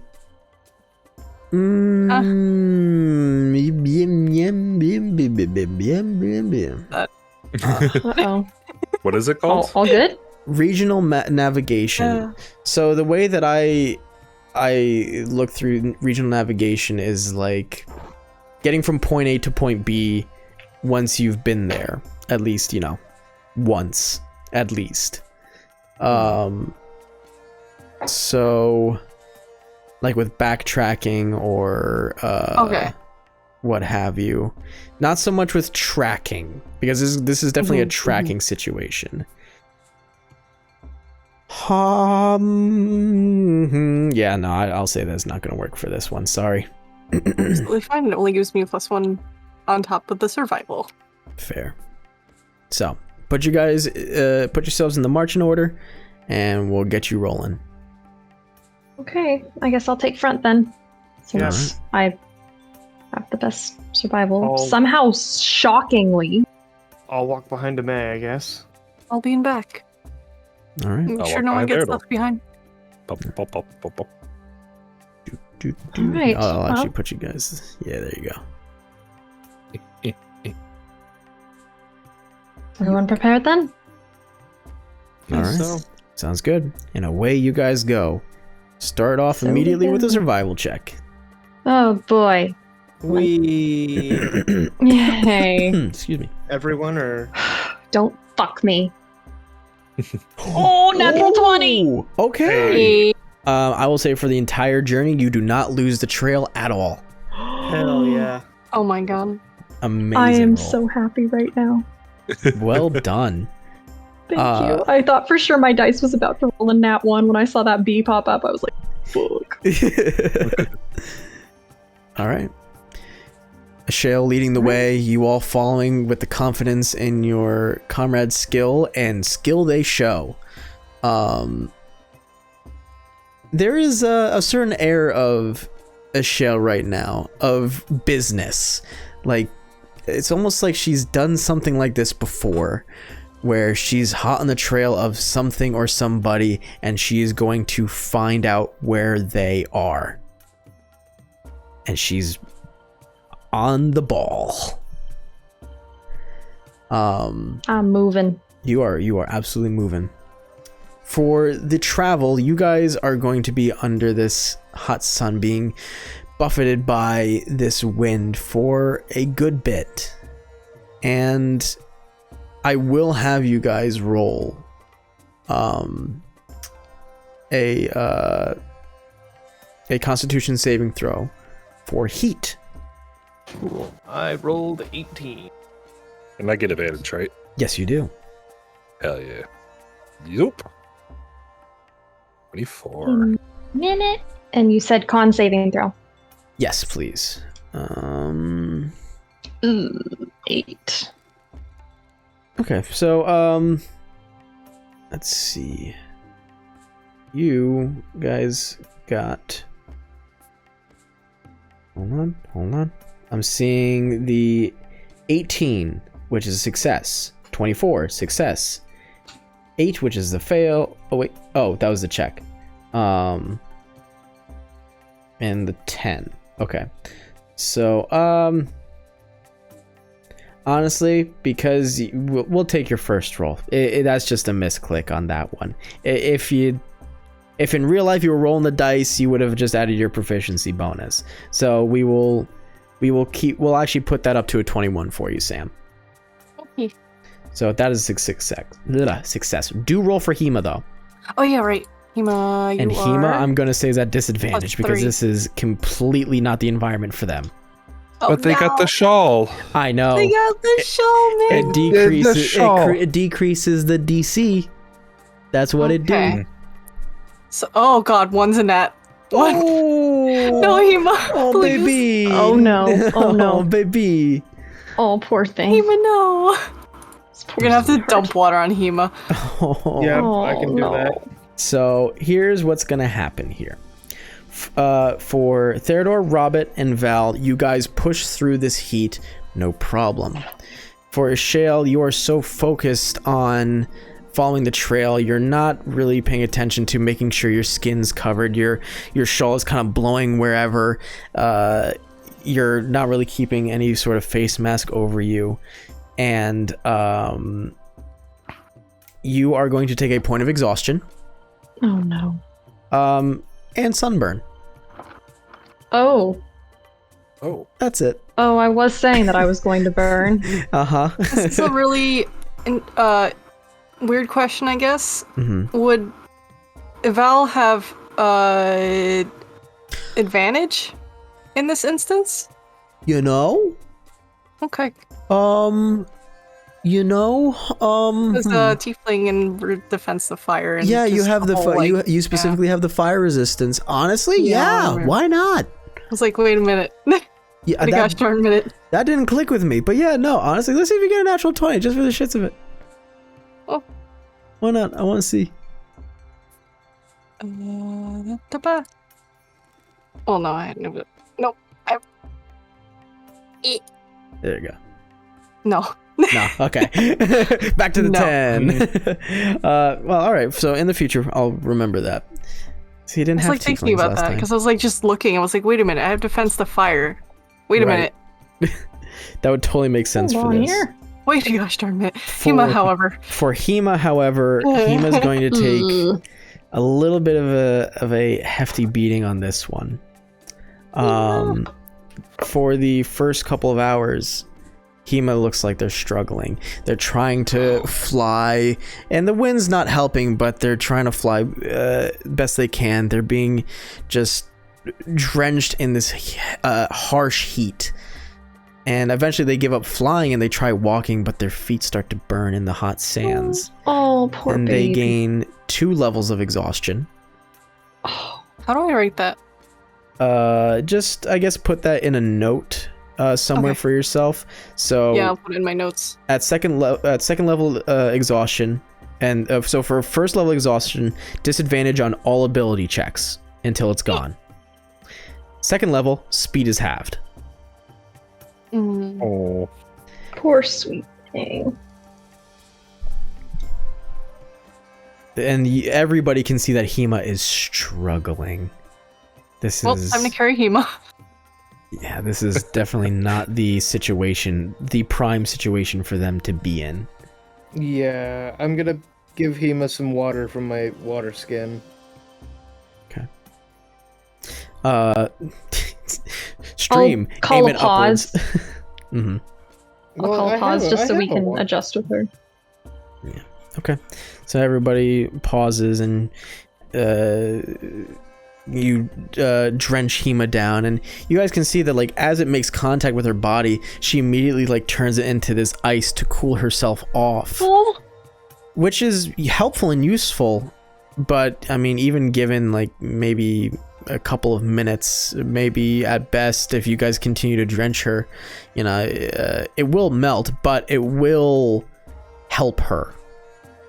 I will say specifically for Hema, because she is a white dragon, the DC will be further lowered for her for any heat exhaustion saves made in the future. Yeah. I will write that down. Oh, wait, Huh? Sam, What? I remembered. You're level 5 now, right? Uh-huh. Hema goes up in size. Oh. Hema! Hema goes Oh, up shit. in size. Yeah, I you're have level to go look 5. at those notes. Oh god. So she grows to medium size. So Oh, so now she's the size of a dog. yes. We will say that like on the next long rest you guys take is when she'll grow, and that's when everybody will notice, because I even forgot about that. It just popped into my head. I was like, wait a minute, doesn't they grow at a certain point? So for now, I have to roll for her health and shit too. right. But sorry, for Hema. now, they will remain at their small size for this trip, for this journey, until your next long rest. Okay. Because now we remember. But yes, they grow to the size of literally a dog, and could tower. Like if they were to like put front legs on Theodore, would have a good like 2 to 3 feet above him Oh, with good. neck She'll be a alone. great Dane. Yeah. Wonderful. DM question. Mm-hmm. Oh. Can I ride the Oh, no. dragon? Yes. That's what I was thinking. Yes, you can. I knew that's Oh where I was my going god. Because you're small size, so yeah, you would fit. That's you can technically ride a medium-sized creature if they are strong enough. Yes. to. And if she wants to there, I guess. And if she wants to. She'll have to get used to that. Yeah. Yes. But it's And I am very sure possible. that Hema would make her displeasure known immediately. Absolutely. Probably like immediately. Yeah. You guys make that Thank you. pause. Yeah, no problem. You fix up Hema as best you can, and you have no choice but to keep moving. You guys trudge on for more hours, and it's a lot for everybody. Especially for those in heavy armor, especially for Hema, and especially for Ashael, who was already previously exhausted. So I will say, did I, you know, I'll retcon a little bit. I will say that the first leg took about 3 hours, and the second leg will be the same length of time. So grand total, you guys will have traveled for 6 hours in this desert landscape where you see nothing but sand dunes for as far as you can see. Even when you get to the top of certain ones that you can get a pretty decent vantage point, you see nothing but a golden sea of sand. So I will say Constitution saving throws. The people in heavy armor, you are now at disadvantage. Theodore only, because Val, Just normal. you got the fire resistance. Hema's got to roll, Rob's got to roll, so Theodore disadvantage, Hema straight, even though all things considered, you know. 10. Yeah. Val straight roll, Rob a straight roll, Ashael straight roll. Wait, Robin straight roll? Yes, Robert straight roll. Oh, wait. I thought I had advantage. Oh, I'm sorry. You had advantage. My apologies. You're right. Okay, cool. Totally forgot. A lot of moving parts all of a sudden. You said mine just a straight roll now? Yep, just straight roll. Okay. Okay. So It's 3. My dragon rolled better than me. She rolled a 16. okay, I rolled a 10. 16. Well, good thing that you guys were dousing Hema with that water because the DC was 16 for Hema. Oh my god! And basically the same for all of you guys because you guys have reduced it enough. But Robert, you succeed. You are totally fine. You are a light little boy. You barely sink into the sand, and you are faring the best out of everyone. Ashale, Theodore, Val, you all fail. So you all taken a point of exhaustion. So Ashale, you are now at half speed. Theodore, disadvantage on ability checks, and Val, disadvantage on ability checks. Hema is fine but struggling. And by the point that all this stuff starts to sink in and you guys are reaching the top of another large sand dune, and you all bring up how hard it is for most of you to move, you're sinking into the sand, you're dying of this heat, even with the water keeping yourselves hydrated. Theodore, you are suffering in your metal. It is hot. You can feel literal puddles of sweat in your armor. For a lot of you, this is abnormal and harsh. Yikes. But as you reach the top, you see a landmark, and a pretty decently sized one at that. And you look to the sun, and you see that it's nearing dusk, so you guys will have a place to rest, looking at what seems to be a small settlement. I'm going to move you guys over to the next screen. DM, at 5th level, she gets a bunch of stuff. I don't know how to add that all. I will be doing that for you. Okay, because it's like, oh shit, there's a lot of additional things at 5. Yes. She grows stronger. She does grow stronger. So all this will take effect at the end of your next long rest. So, because we're just going to be pretty much wrapping up here, as you guys crest over the top of the dune and see the settlement before you, realizing that it is thankfully a place to rest with shade. You see these adobe dome huts scattered around, several little wooden barricades, and other structures of varying sizes and heights. There doesn't seem to be anybody here, but this does seem to be a place for you to rest, gain back your strength, and think about where you need to go next. And it just so happens that the trail leads here as well.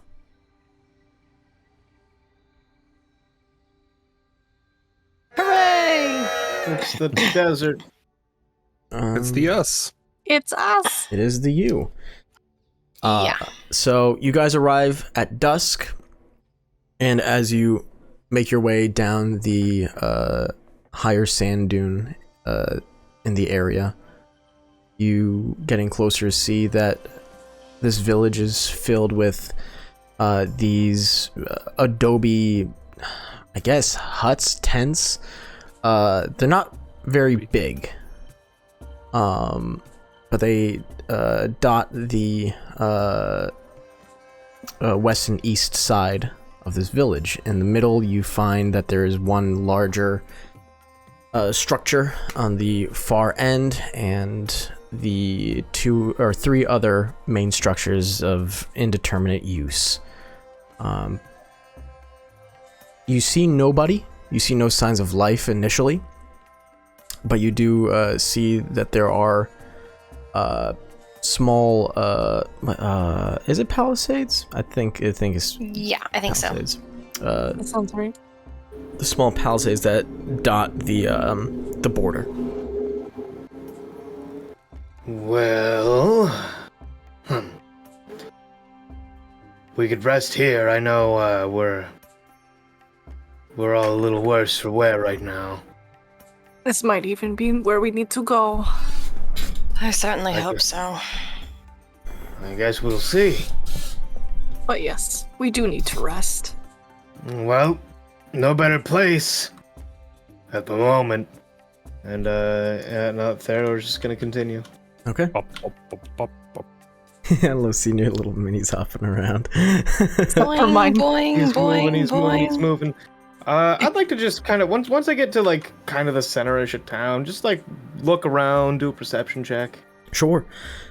You guys make it further into this village, and when you hit a certain threshold, you realize that beneath your feet is less sand and more like solid stone, whether it's sandstone or what have you. You guys are unsure, but it feels like vaguely solid ground. And it's a bit of a surprise, given that this is just, you know, a gigantic dune sea, as far as you were able to tell. So Theodore, I will have you, since you walked ahead of most, you do your perception check. Okay. 14. Okay, 14. Oh, wow, I'm just looking at the D&D Beyond dice. I actually see, like, which ones you guys rolled, which is really cool. Yeah. This is really nice. There is no sign of life. Barely any sign of, you know, vegetation. The trees around are dead, or desert trees. I mean, you're not necessarily sure what a desert tree would be. You're not from the desert. And fuck if I remember. Right? You don't see any signs of activity. No noise beyond just the wind and the sand that's pelting your armor with little metallic sounds. There's not much here. As you're taking each step, you find that, at least with one step, your foot sinks a little bit. And you get startled briefly, but you realize that it's a soft spot. And your foot kind of gets a little stuck. You maneuver it around as it's stuck between some rocks. But this 14 was enough to realize it might be a point that, you know, there are like these small little pitfalls, and your feet might get a little caught depending on where you step. Okay.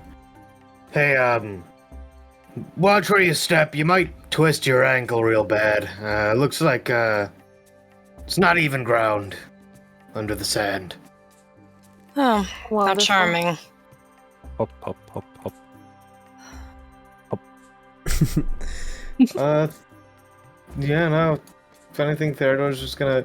There's a place that has shade, and Theodore's gonna go investigate it. That's my next step. Okay. I don't know if Definitely anyone will else wants to follow. do anything. Yeah, I'm We following. need to like sit Okay. down.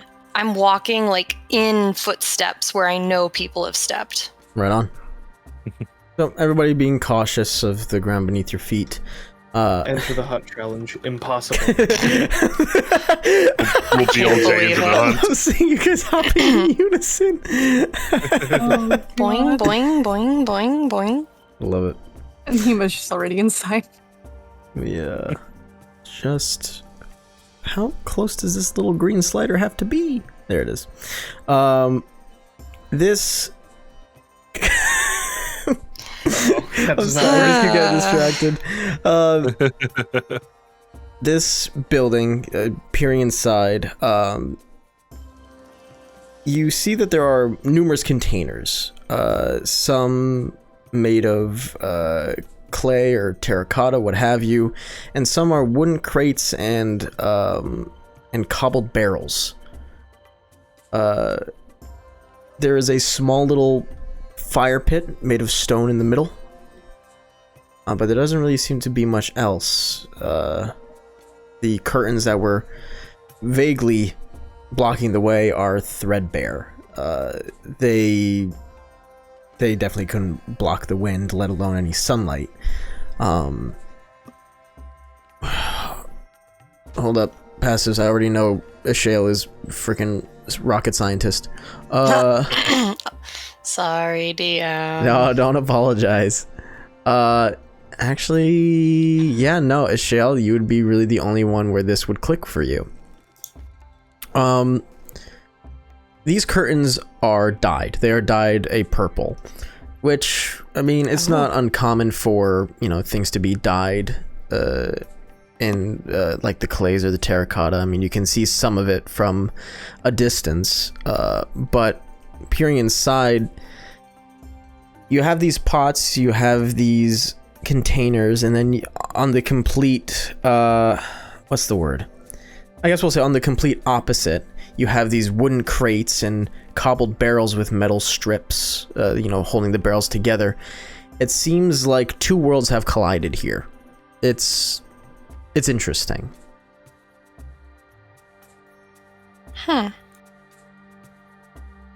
Well, purple indicates some level of wealth. Do you think maybe this was a compound? Then, I mean... Well, the variety of huts suggests that at least many people were living here. So, potentially. I would expect better palisades from a compound, though. Or perhaps there weren't enemies enough to merit proper walls? Well, it is in the middle of buttfuck nowhere, in the middle of a dune sea, and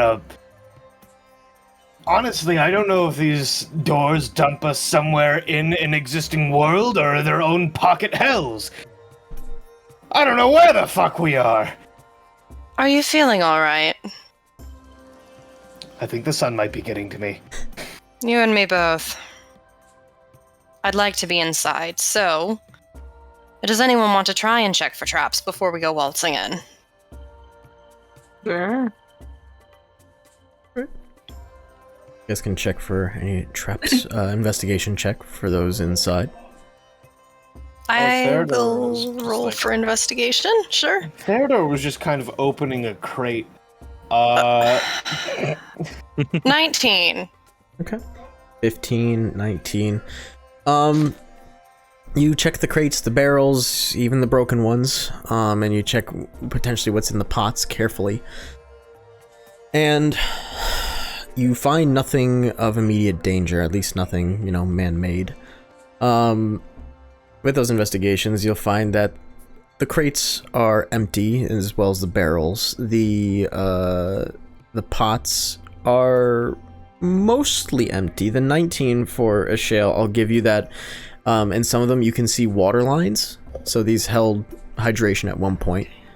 But in some of the bigger ones, you actually find grain of some kind that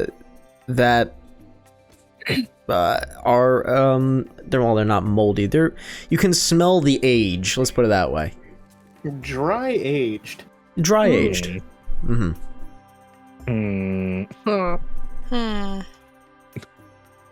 Interesting.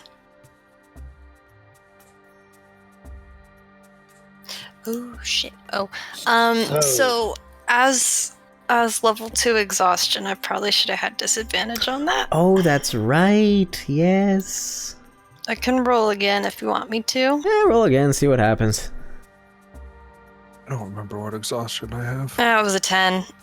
Okay, still, I'll give it to you nonetheless because I already shared it, and we'll say that Val was probably somebody to point it out. Don't apologize, it's fine.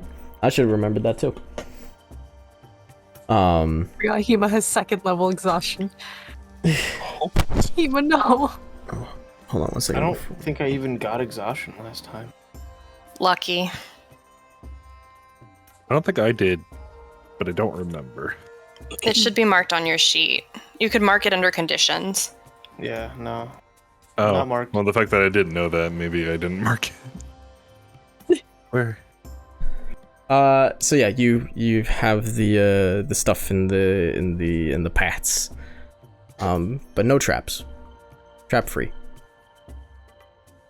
Cool. Yeah, this room is trap free, and Theodore's curiosity was sated. He just kind of sits down in the shade and brings out the oh fuck, what was it called? The decanter of endless water. Oh right, yeah. Hydration, not a problem for you. And there's like intact pots in here. Yes, there are. Okay, yeah. He's gonna rinse one out with stream. Mhm. You know, and just shake it and rinse it out, and then fill up that pot of water. Okay, sounds good. Just grab one Oh, of the... thank heavens. No.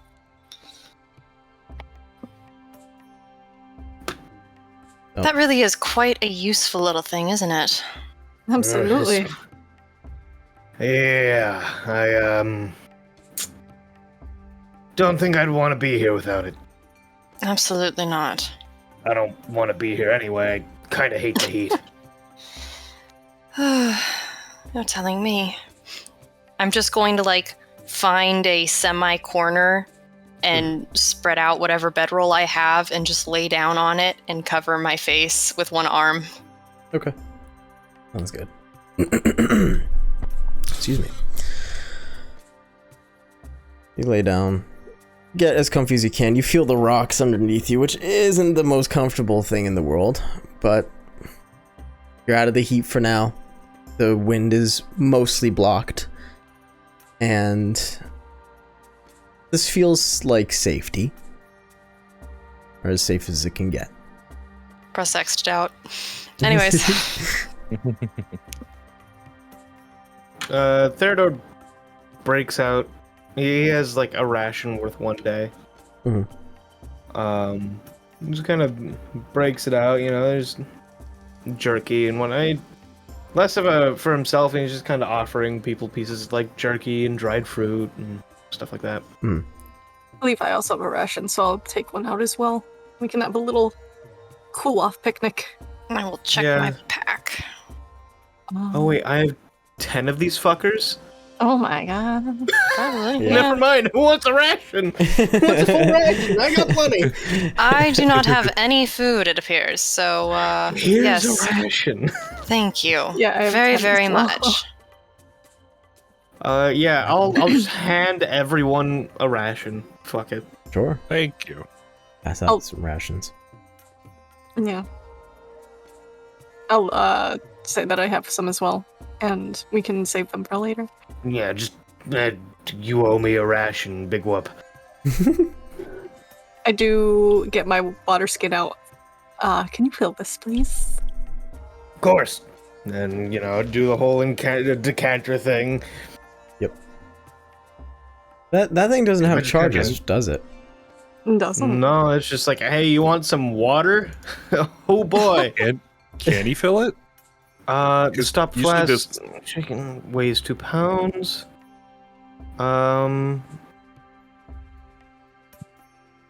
Yeah, no charges. As the name suggests, endless water. Amazing. It is labeled as a wondrous item. True.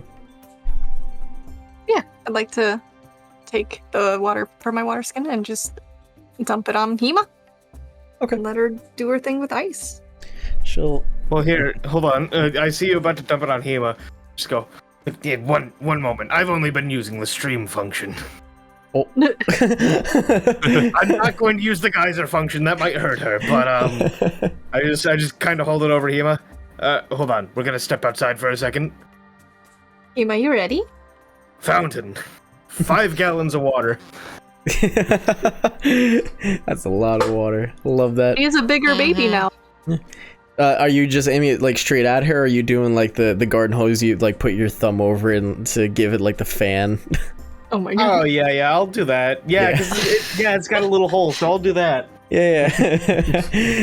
You put your thumb over the opening and you give it like the improvised fan function on a garden hose, and you start spraying down Hema, and she's loving every bit of it, like like a Welcome to dog. the Like she vegetable starts biting at the water. Oh, that's cute. Oh yeah. She starts shaking it off a little bit, and it forms like the little ice droplets. And she gets a nice thin sheen of this clear ice over her body. And when the fountain is done, she'll go back inside. That way it doesn't all melt away. And she'll just kind of curl up and let the ice settle as she cools off. Thank you. Yeah, of course. Use it while we got it, you know? Mhm.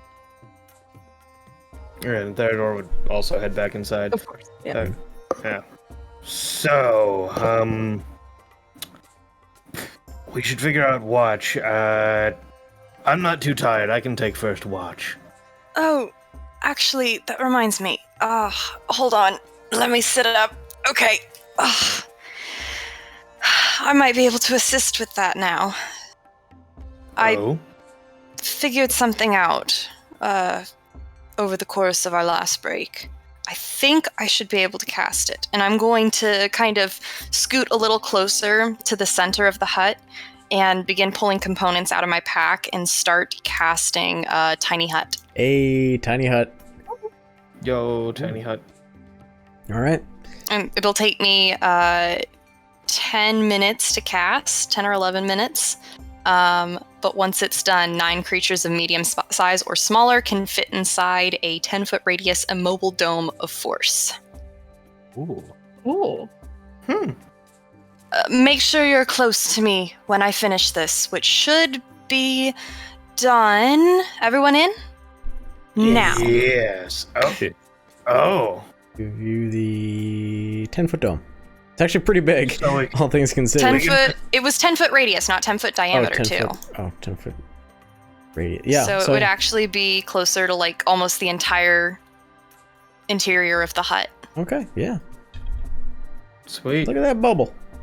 And it should be mostly impenetrable, I believe. Should be entirely impenetrable. And also, I can do, and I'm going to hold out both hands and then just lower them, and the light level begins to dim inside, so it slowly gets darker until it's just like it matches the exterior in terms of how bright it is. Right on. Oh, that is wonderful.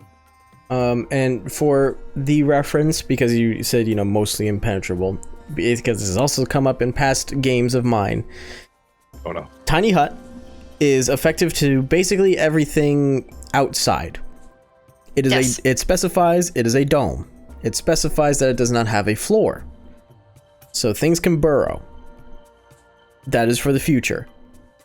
Duly noted. That is my ruling on it. So there you have it. He's sending fucking trimmers at us.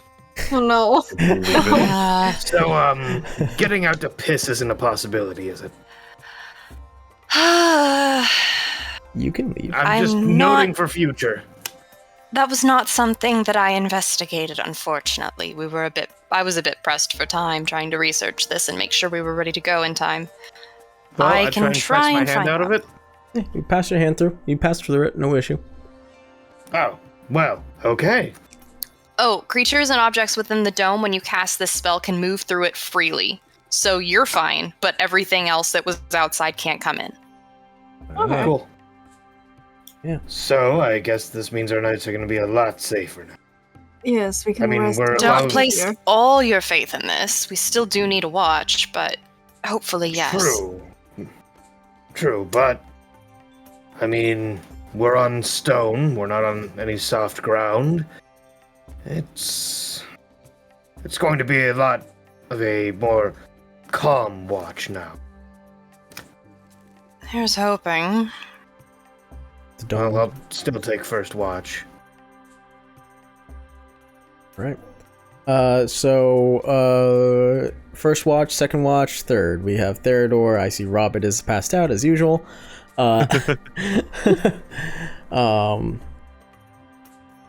You guys can run with 2 watches if you so chose. 3 is fine. Whatever you want to do.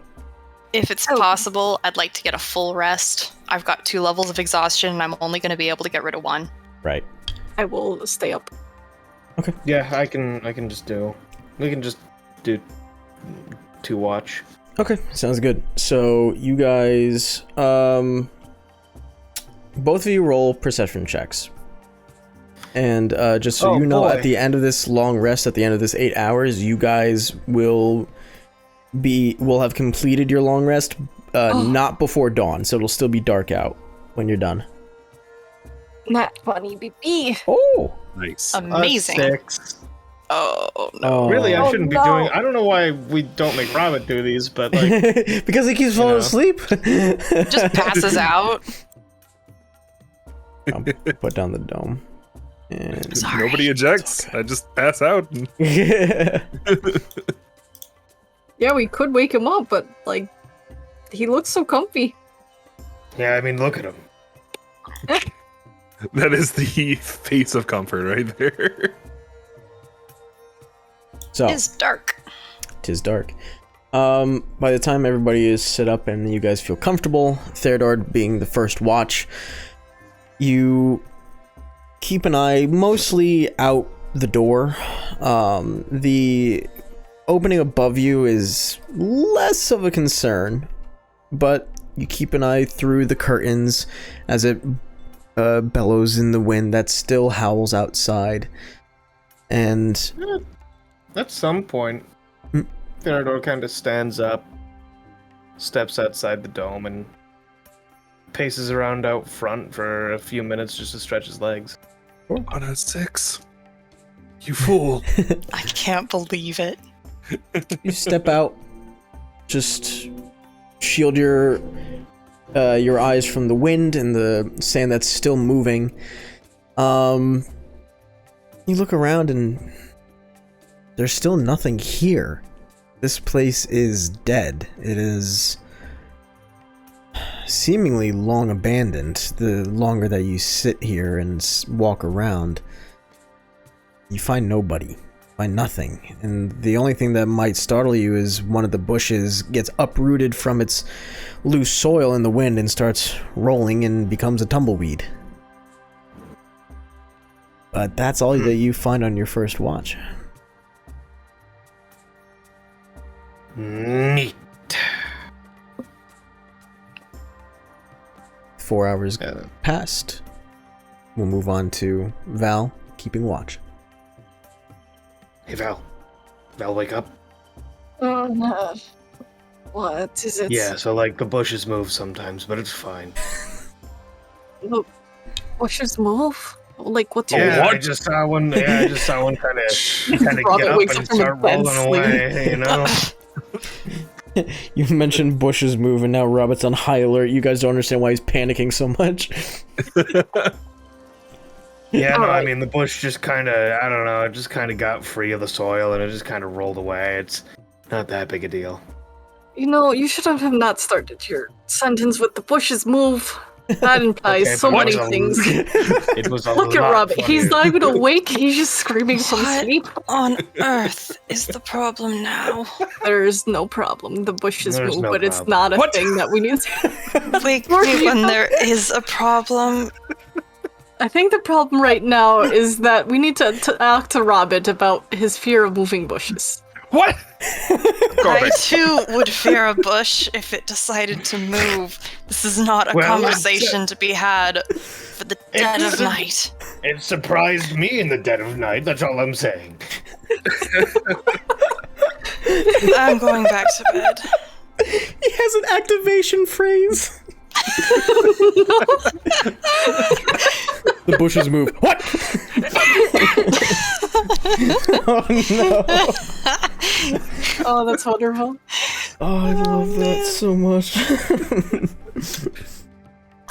All right, bush. The things move. Oh, he didn't wake up. Noted. Okay, I'm up. Okay, Good luck. thank you. Alright. Val, you take your watch and, I guess because it might matter. Are you just staying inside? Are you walking around? Are you splitting your time? Splitting my time. I'm gonna spend half of it, or like some of it inside, and then some of it like I'll be in the doorway. Okay. Oh, where are my dice? Hold on. Uh-oh. Oh, fuck. I'm gonna be using the ones that yeah, I'm were gonna given to spend me it- by Die Hard Dice. Oh. Yo, Where does are you talking the- about the... Sorry. No, I was just gonna ask where the diameter ends closest to the door. Where it marks. So this is all accurate. All right, I'll just be like in the doorway so I can like tumble backward if I need to. Right on. Anyway, Because I can see in the dark. Killjoy. Anyway, I can't believe gamers. we're sellouts. they're not even giving us money. It's just they gave us some dice. Product. You know what? That is fair. Listen, you give me dice, and I will shrill a product for somebody, probably. Maybe. I put qualifiers on that. I reserve the right to veto. Yeah. But Value, nat 20. You split your time between being inside and just kind of like being in the doorway. And midway through your watch, you found that there is nothing different than what Theodore described, besides the moving. And the wind is probably going to be, yet again, your biggest issue when it comes to trying to pay attention. It's an auditory problem as you're trying to actually not just rely on your dark vision. But you make do. Because you have the nat 20, yeah, no, this would make some sense. Working with what you can, you see that outside of the hut,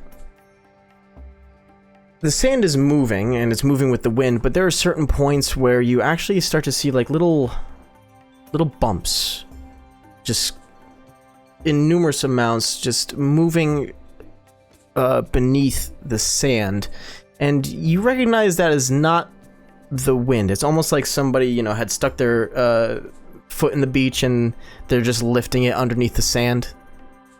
Oh. As you turn back, maybe this is something that you should bring up to people, and you look behind you, you see that there is numerous bumps forming inside the hut with you. And you, because you were at the cusp of the tiny hut and the doorway, you can actually see into the tiny hut. There are some of this movement is happening by your sleeping comrades. Oh, son of a bitch.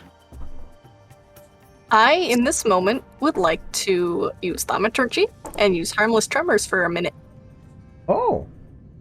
Okay. You cause some harmless tremors to form, and I will say,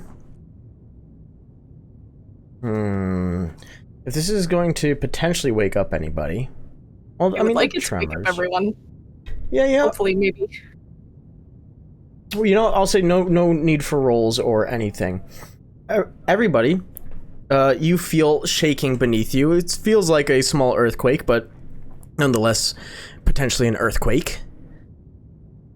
You all wake up. Hey, what the shit?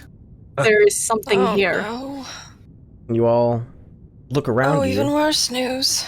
trying to see what could potentially be here. And as Val, I'm assuming you're like pointing at the ground. Yes.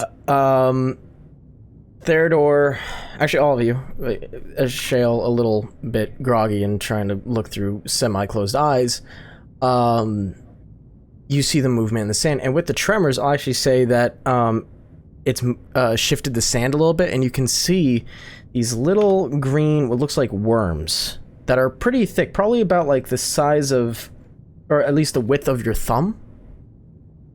And there's a bunch of them. There's maybe like 5, 6 that are around you guys. I light a hand on fire. Fire bolt. Hey. As you do, I will have Robert, Theodore, Ashale make a dexterity saving throw with advantage because you were warned about this and you're paying attention. And I will give you, Ashale, a reaction attack with your fire bolt. Ooh, exciting. Alright, you said dexterity saving throw? Yeah. Okay. Advantage. Okay. And then reaction attack with firebolt. Mm-hmm. You don't want me to roll a dexterity saving throw, do you? They were Oh, not that paying was a nat attention to you. 1. Okay, cool. Ooh. Nat 1 on the firebolt. Okay. It's a 7 with the +6, but I don't think that's gonna do anything. It's a natural 1. I will say... Yeah, that's not the worst thing in the world to happen. I'm real tired. Dex saves, you all succeed. As you see these little worms and they're moving around, some of them actually leap at all of you and either dodge out of the way or you just bat it down like a child's dreams. But you cast the firebolt, and the one that you were going to aim at leaps at you, and as it's midair, you try to hit it, but you miss entirely, and you end up hitting the crate across the way from you. That is now on fire. Could be worse. Could be worse. But these little worms just leap past you guys, and as quickly as they appeared in the sand, they burrow back underneath. Neat.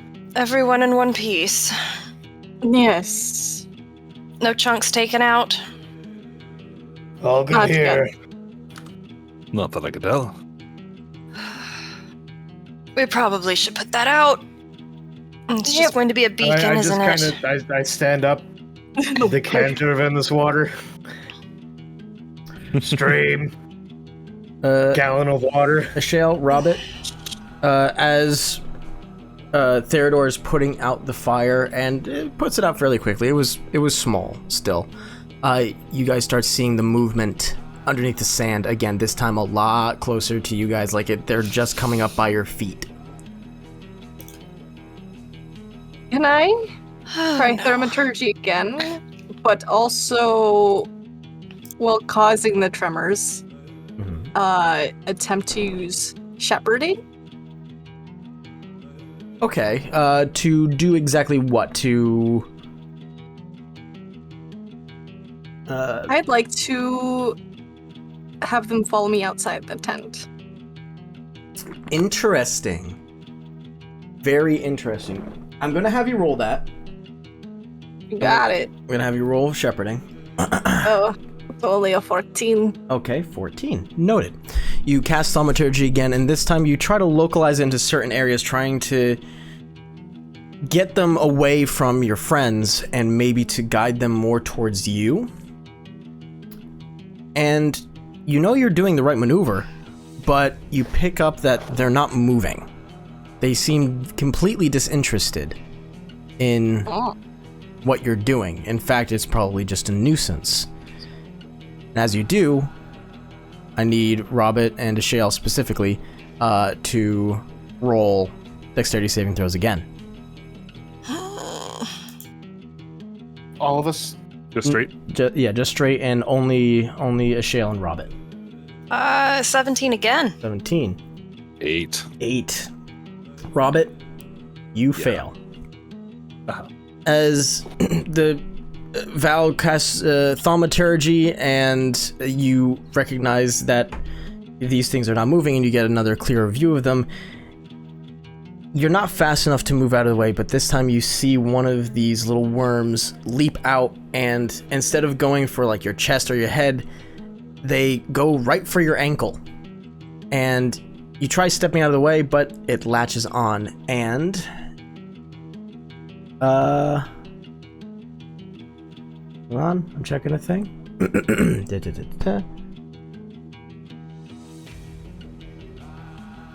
Noted. Okay. It latches on, and you just take 1 point of damage. That's the restful night worst of news sleep. I've ever heard. A restful night of sleep in Gray's campaign is impossible. Yeah. But is latched onto you. A single point of damage is the absolute worst thing I could have heard. I'm Yeah. very scared now.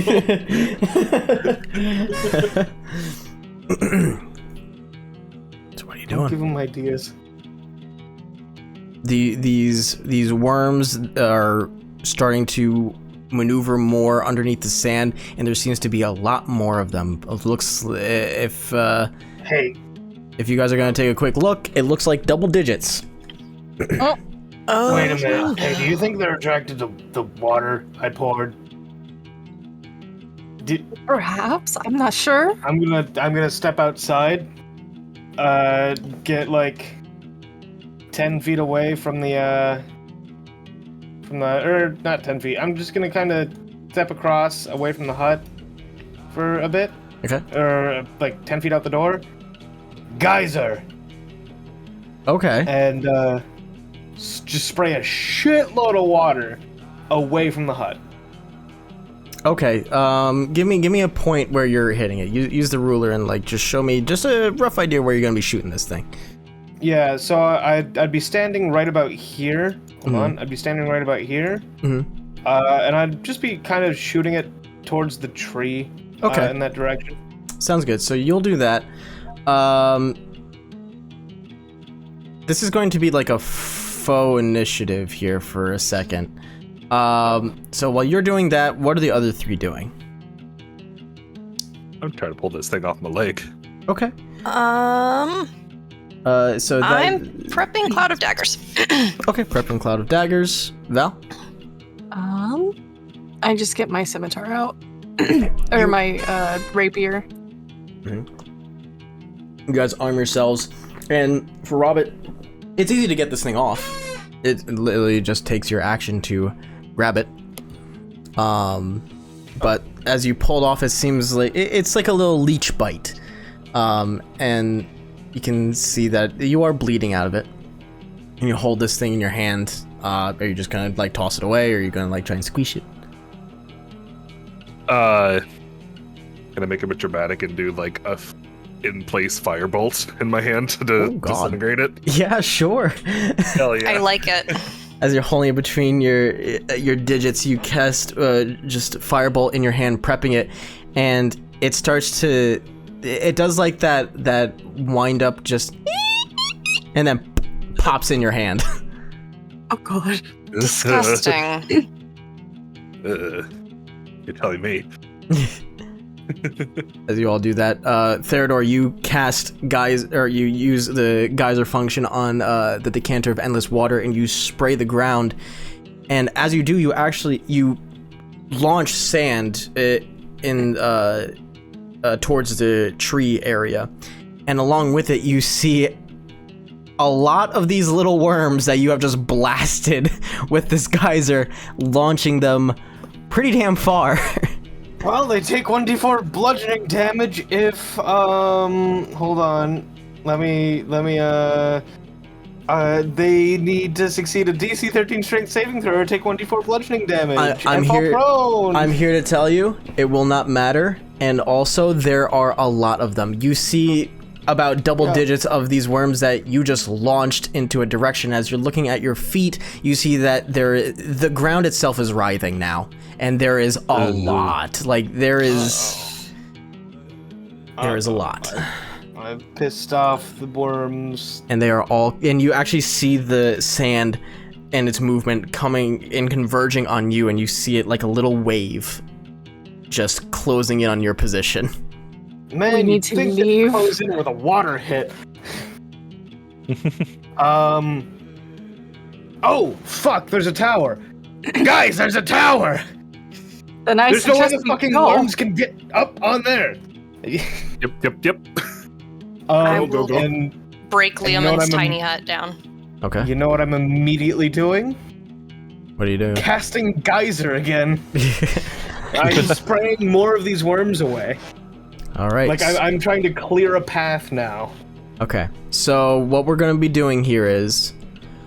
you guys are going to be just moving at the same time. You have your movements, you have your actions, your bonus actions, what have you.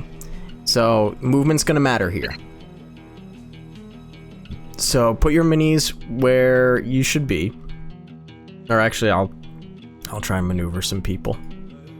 So Theodore should be outside. yeah, he should be outside, kind of like facing here. Yeah, I'm fucking spraying. Okay, sounds good. So you are spraying down, just clearing a path. Nonetheless, these things leap at you, and I'm going to need you to make... I'm going to have you make a dexterity saving throw. Yeah. Except now you're not just fighting against, or you're not just dodging one, you are dodging several. Yep. Cool. 17. Okay. 17. So for this turn, you are good. You are safe.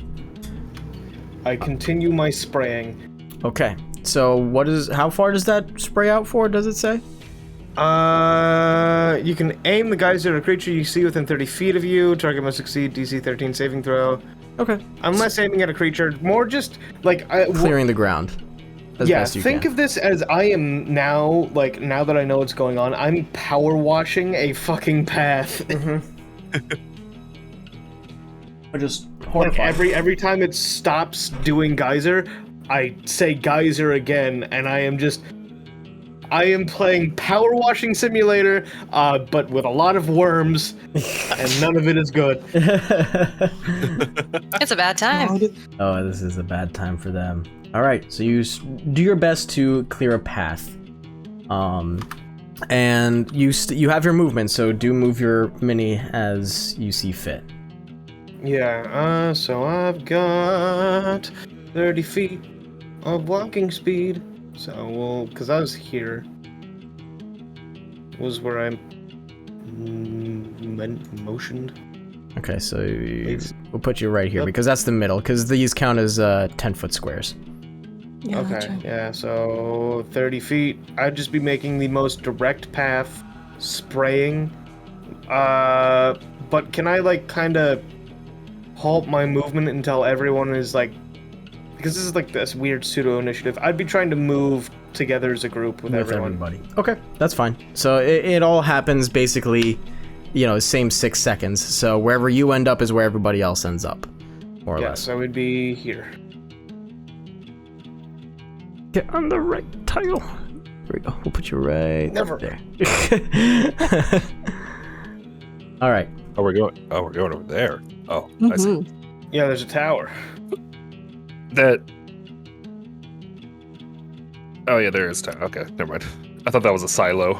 Yeah, looking I at the looked other at. I place. was looking at it too. I was like, "Oh, you might be leading us to death, dude."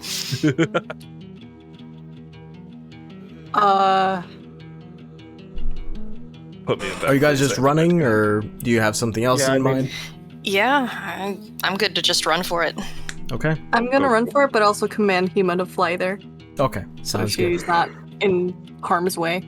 Got you. All right, so everybody move your minis, and I'm also going to have each of you make dexterity saving throws. Theodore has cleared a path for the most part. They are still converging, but the wet sand is definitely harder for them to move through. So you will be dealing with less worms. Can I? Mhm. I have an idea. Okay. As I'm running, Mhm. I want to run behind the other two, and I want to do one of those stupid Naruto runs. Okay. But I also want to cast a gust from my hands to like blow to like the sides and behind me, so it will blast any one of those away from me that are trying That's- to launch up. Really clever. I love that. I'm gonna let it happen. Yes. There will still be some, but honestly, you'll probably only be dealing with like one if you fail. Hell yeah. So that was really funny. Just a Naruto run, air blasting like Iron Man on the sides. Yeah, just trying to keep these fucking things away from you, and simultaneously also like blowing them behind you. So good shit, actually. That was stupidly clever. Take a D4 inspiration. Hey, Hell yeah. Nice. So yeah, dexterity saving throws. Natural 20. Of course you would. oh my god. It was I have such a 14. good idea. Surprise. 14 success. Obviously the natural 20, of course. And Wait, oh, Val. no, I already did. Dexterity saving throw. Yeah. 17. Okay. All successes.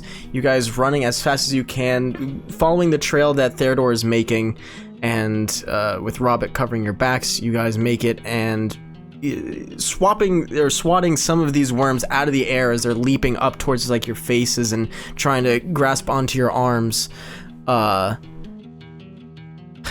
Robert. Are we? We are not having a good time here. I did the shift click teleport. Yeah. Yeah, just a shift click will do it for you. Yeah. Oh, excuse me. All right. That's roughly where you guys would end up. So next go, same thing as what you've just done. Yeah, I'm spraying Yeah. as best as I can. Spraying and praying. All right, move your figures 30 feet, please. Unless you're dashing. Let's see here. You, and then 30 feet. Hup.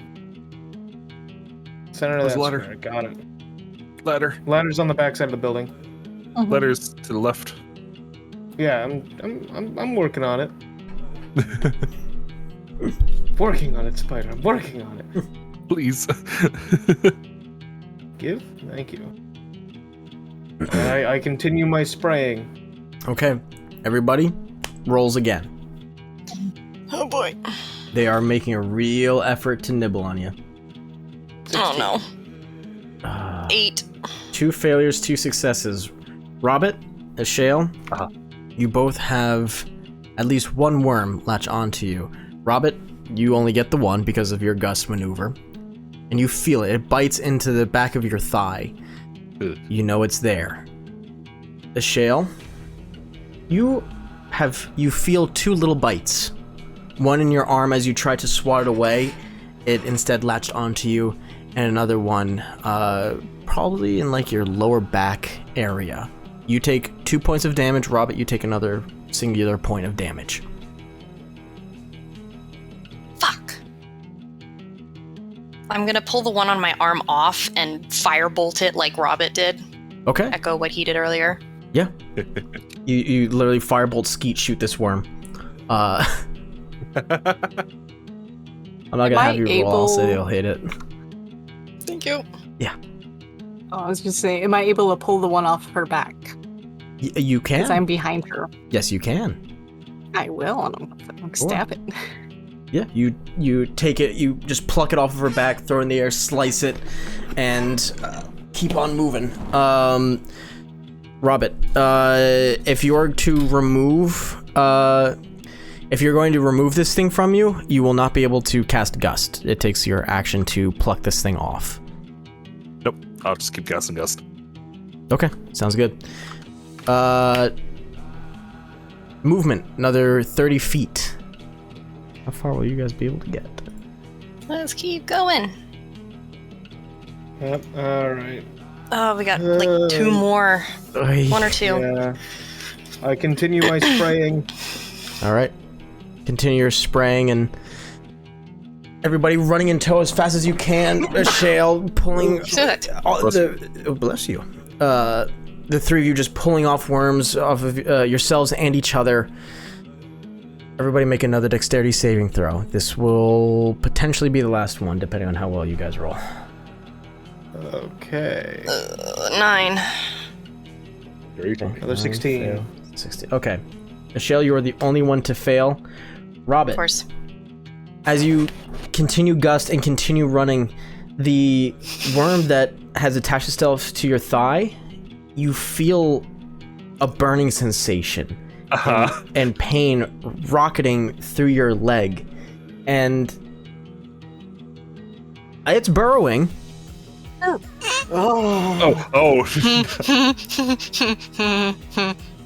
And as it burrows, it goes in pretty deep, pretty fast. You take 8 points of damage. Holy shit. Oh my god. You immediately feel a gout of blood just leak and shoot out of your thigh. This thing burrowed really fast. Michelle, you feel another one latch onto you. This time it just you see the finish line. You see potential safety, and you as you're running, you're thinking maybe you can just kind of bounce it off of your chest as you see one launching at you, but instead it latches on and it's right underneath your collarbone. Oh no. You need to get off. Yeah. I am gonna do the same thing I did before. Grab it, firebolt. I'm Okay. not dealing with this thing. Sure. That is action. Get rid of it. Shoot it.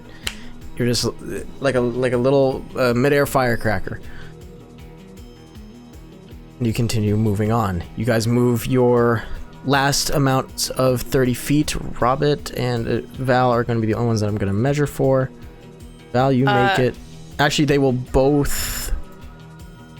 Robert's going to be like the last one on the ladder. Cool. Well, So I will say that Robert, you're going to be the only one that needs to make a dexterity saving throw, as these things can jump. Just a little bit. Zoop. 9. uppies? Puppies? Uppies? So climbing is not a problem. No. Climbing is not necessarily a problem. This ladder is definitely not holding together well. And by the time that the two heavy armor individuals get up, you see that some of the steps of this rope ladder have broken. But you guys can manage. That's not necessarily a problem. Can I just kind of throw rope down now that I'm up? No, because I'm assuming that you were doing geyser the rest of the way. Fair. So, but you guys get up. Val actually is still on the ladder. She's a little above Robert. But they don't have the jumping height to reach her. Robert is the only one. Oh, go ahead. Can I use Rabbit's Leap to jump up and skip the dexterity saving throw? You know what? Yes. Yes, you can. Fuck it. Hell yeah. Yeah, how you can get like insanely high with that, can't you? You might be able to just make it onto the platform. Oh shit, I can fucking re-roll a dex saving throw? Okay, hold on, I need to read something else. Oh my god. Jump 15 feet. Oh my god, yeah. You could get close enough and jump 15 feet vertically and get onto the platform. Zoop. Just, E. bam. Nice. Good shit. Hell yeah. That might have just saved you from a lot of pain.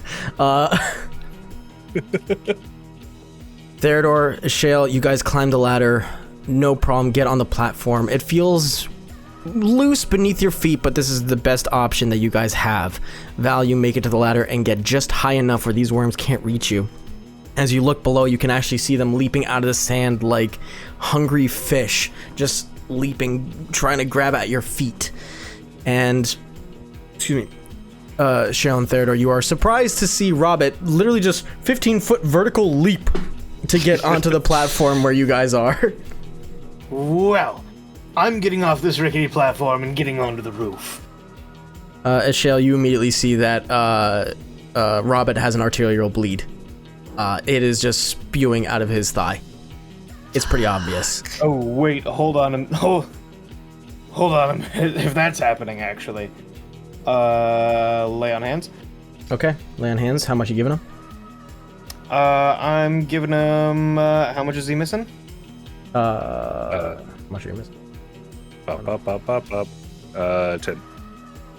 Here's 10 points, bud. Okay. Hey. You're missing 10? Well, you took the... whatever. Details. I'm not gonna worry about that. You took the 10 and then the... Oh wait, no, I'm sorry. You got 8, not 10. Excuse me. I'm misremembering. But as you lay on hands... Whoopsies. Robert, you take 4 damage. As... You feel the healing and you see the wound close, but you feel movement in your thigh and it's continuing to burrow and it's moving up. Okay. Okay, hold on. Knife now. I grab a dagger from within my pack and shove it into his hand. Robert, I'm sorry, and I hand him. Let's see. Hold on. I've got. Hema, come. You know what? I have a water skin that's leathery. I'd pour it out, bite down on this. Uh-huh. Okay. Can I have Hema apply ice to the soon-to-be open wound? Sure. Yep, that'll be great. Just give me... I will need you to- grab, like, above where it's burrowing with both my hands, and then use Mage Hand to grab under it, so it, like, keeps it in a single place. Oh. This is a lot call. of clever shit going on. I love this. So what I'm gonna have you do, Theodore, is make a medicine check. Yep. And with Hema doing cold, if Theodore rolls high enough, the damage that would be given will be halved. And based on the medicine check, we will see if you can actually 16. find this thing, and 2 hit it. Which is what I'm assuming you're doing. You're just trying to hit it, or are you trying to like surgically grab it? I'm trying to open it. Like, I'm opening with one hand, grabbing with the other. Oh lord. I'm gonna prep to grab it as soon as it gets out and firebolt it into oblivion. Just as something to do. And I'll just direct Hema where to apply ice. Okay. Like, there's something Theodore can do. It's hit things. So here's Oh god. poor Robert. Oh god. So here's Theodore's the not a medic. image for you guys in a quick, we'll say like 6-second span. You guys see what's happened. Robert is like grabbing at his leg, so you guys have the idea that something is burrowing. Immediately, Theodore says, "Knife." Shale, real quick, slaps in his hands. Val, just giving the command. Theodore just grabbing Robert and like just clamping his leg and stabbing into him. You are all doing this so fast, Robert doesn't have any time to think. I shoved a water skin in his mouth. Listen. So that 16 will succeed. That was the DC Okay. to do this perfectly right. But Robert is going to be hurt as not only a dagger is going into his leg, but a hand is entering his thigh to grab this motherfucker. Yep, that's fair. So I'm going to roll dagger, which is just a d4. Actually, do you want to roll the dagger for your friend? Sure, I may as well take responsibility. God. So it's just a d4 plus your strength or dexterity, your choice. I'll be doing my dexterity, thank you very much. D4, so this will be +1. So 4. Okay, so 4 damage as Rob is holding his thigh. You're looking to see if there's any movement just below his hands, and you see some wriggling underneath the skin. And you know that's the spot you stab in. Hema immediately just starts breathing her cold breath onto his thigh, which, Robert, you're very thankful for, as you can't feel everything. Theodore, you stab in and slice downward, just so you can, or somebody can get a hand in. Who wants to put the hand in? I mean, I had my hand right there ready to go in following the knife. Okay. Theodore is prepared. Okay. So I'm going to have you roll a this is a hand going into somebody's thigh. Christ. Yeah, Listen, like- you're the one that invented this enemy, Gray. I did. You don't get to complain when we come up with creative solutions to the problems you hand us. I'm not mad, believe me. This is just me trying to figure out how much damage you're going to be giving your friend. You know what? Roll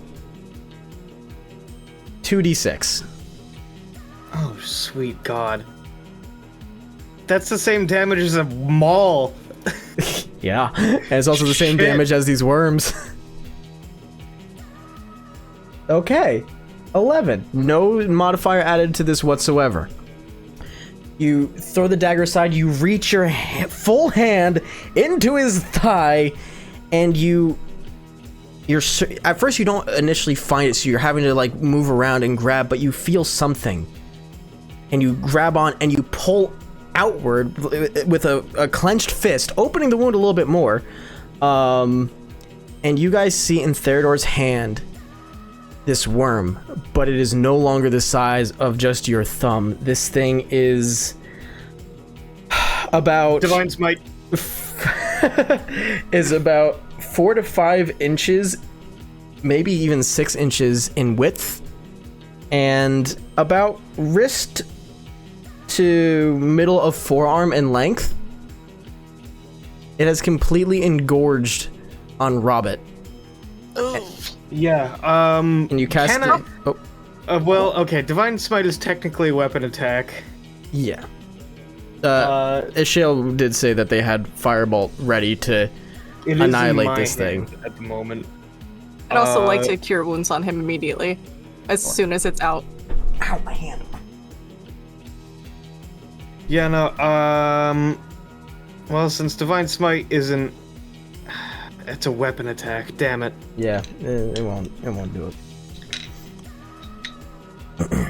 Alright, you know what? I'm not giving it a chance to bite me, I'm just winging it off the side of this platform, and if a shale manages to hit it, she manages to hit it. Sure.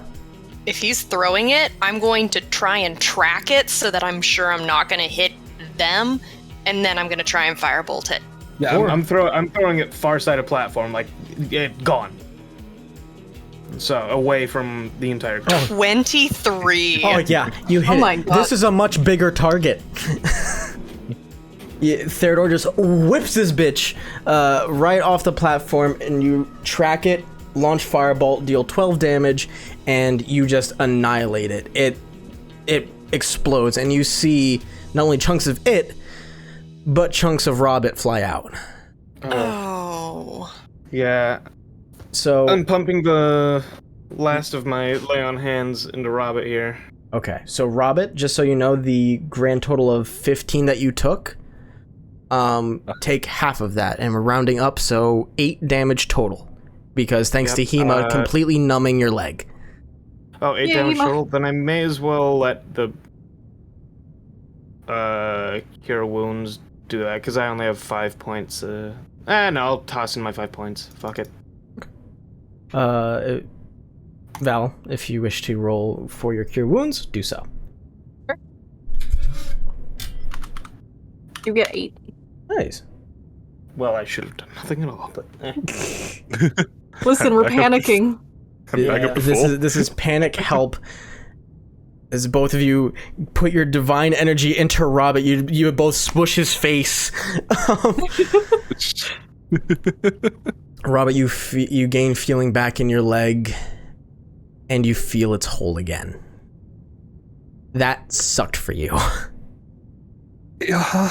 And you had no time to think. You were just put into emergency surgery Yeah. and You were rehab basically just thrown as on the fast. Yeah. You need some water, bud? Yeah. Let's get up to the roof real quick, okay? Please. I'll have Kima carry Robert to the top. Okay. You all climb to the top, and Robert gets carried. Oh my god. Yeah, no, I hand Robert the now refilled water skin. Here you go, buddy. Thank you. I just like sip at it. Yeah. Agree not to let those things in us ever again. Please. Yeah. If I ever see one of those things ever again, it will be too soon. I've well, I don't remember ever doing surgery before, but that was, I think, a first. I have a Didn't medicine kill our plus friends. 0. How did you just do that? Oh, How did Dumb luck. that not turn into a comedy of errors that resulted in a PC death? oh my god. Theodora has one stat. Dumb fucking luck. I guess. God. Yeah, I was just like watching my health tick down. I'm like, all right, how are we gonna fuck All this right. up all the way down to 0? Well, I rolled almost max damage for that fucking worm, which does the same damage as a fucking maul.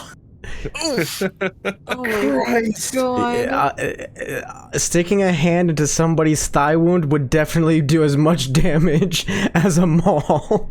Yeah, know, that was gnarly. Ugh. Yeah, I've also used the decanter to rinse off Robert and myself. But you guys make it into the tower with some solid ground beneath you and no sign of these things able to climb ladders or burrow through stone and adobe. You feel now far more safe. Thank God. But yeah. So you guys are in this tower. What do you do? Do you mind if we take like 5 or 10? I think we need to take multiple hours, Robert. Yeah. I don't know about you all, but I'm rather traumatized from watching that happen. I cannot imagine being in the middle of it.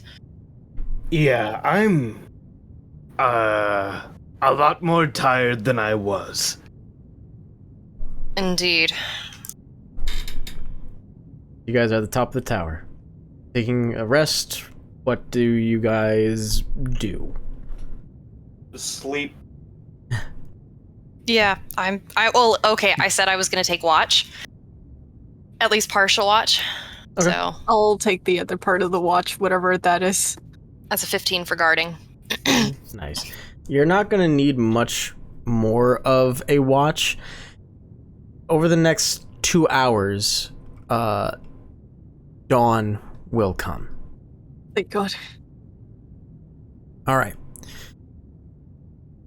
As dawn comes and you guys see the sun cresting over the dunes of this desert, the heat is near immediate.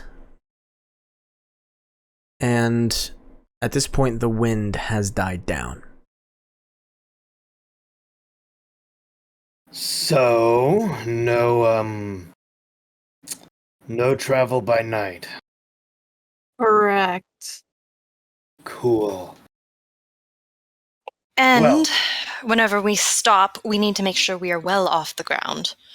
Yeah. Hold on. Actually, before anything, Theodore steps down onto the platform. Mhm. Pulls out the decanter. Mm-hmm. Ooh, Points it at the ground. Mm-hmm. Geyser. Geyser launches out, and all that comes out of the sand is, well, sand. Okay. And he's like doing it in the shade of the tower as well. Yep, you do so. Okay. Nothing. Yeah, we're all clear. Theodore will hop down and kind of pace around, waiting for everyone else. Okay. Up, up. I will carefully get myself down. All right, sounds good. You guys get down and feel the sand, and you keep an eye out for any movement and wriggling. There is none.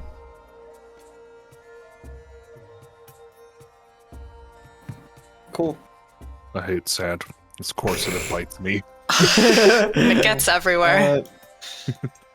Theodore is gonna kind of wander out and, hey, we never checked out that large building. We should Sorry. maybe check out the large building. Yes, now that we're safe for now. And now that we're not actively in the process of dying. And not exhausted, and Oh, speak for yourself. I could sleep another 8 hours and not blink. well, yeah. I thought I took heat bad.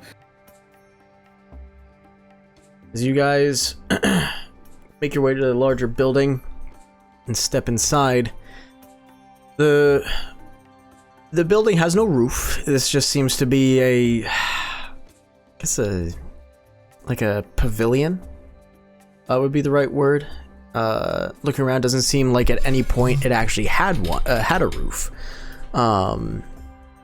The floor is made out of a gazebo. Thank you.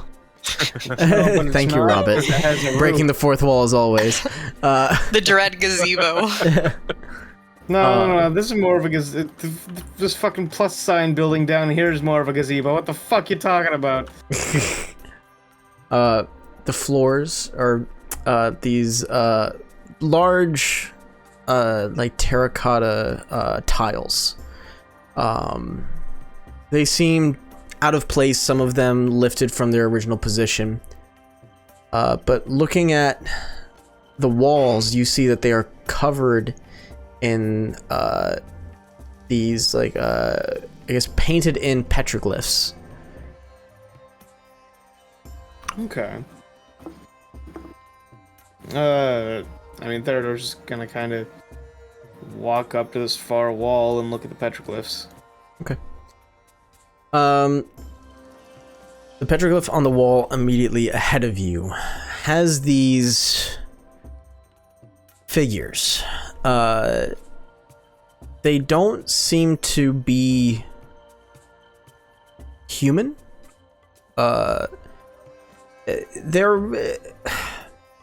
They're very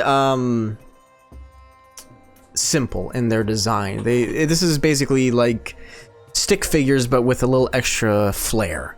You can see that these figures that look humanoid have extra appendages, seemingly 2 extra arms, and coming from their head, it looks like either horns or maybe, if you were to get really weird with it, antennae.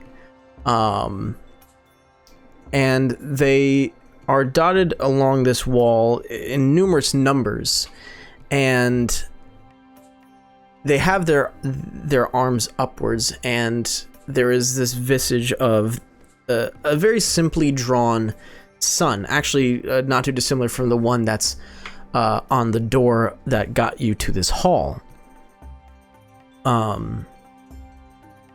But surrounding the sun, you see 2 figures, one that is painted in and one that's simply outlined. They don't really have much form, but you can see like they look like the yin and yang symbol, but add in like I guess arms, or a singular arm that's underneath them that's reaching out, and they seem to be like, if you're using imagination, circling the sun.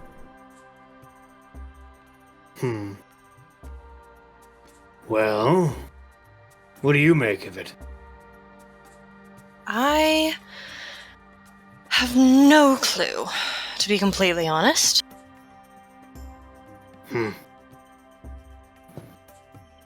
Doesn't seem to ring a bell for me, at least.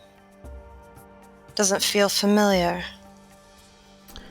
And you know that not just that wall, but each wall has different petroglyphs on them, all giving different scenes. Does this mean anything to me, Gray?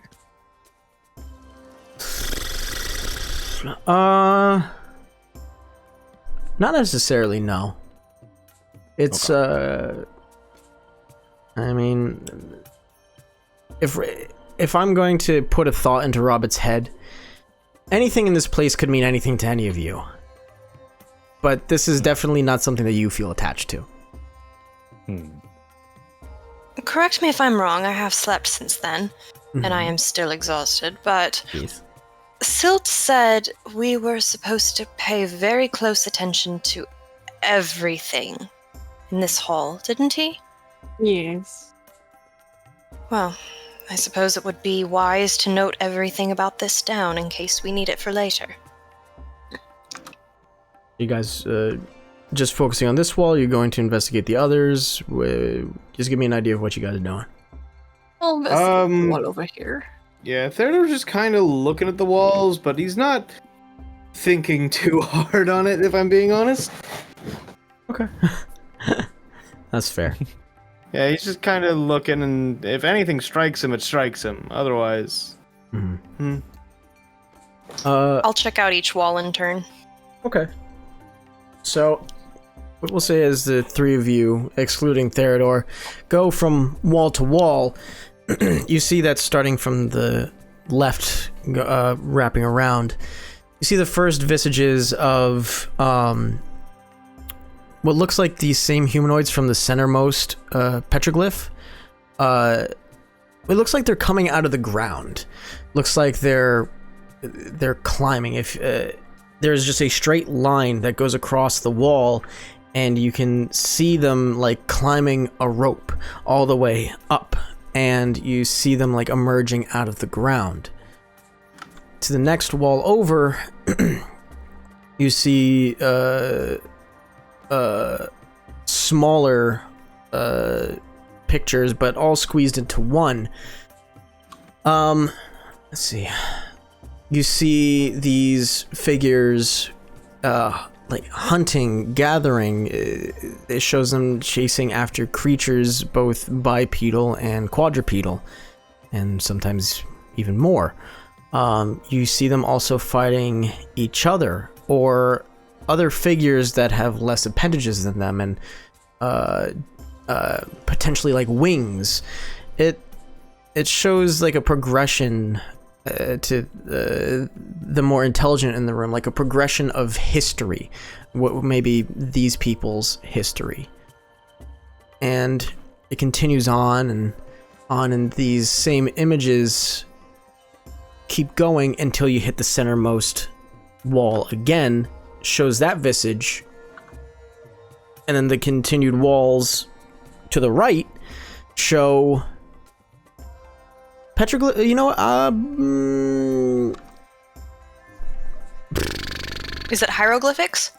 no, they're not pictures to make words. They're just like the pictures of like, you know, what words. Don't worry. To show a scene.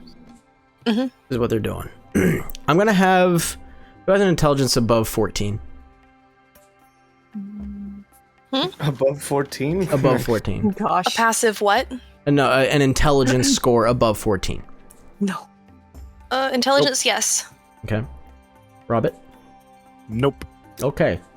Make an investigation check, Ashil. Investigation, exciting. That's a natural 20.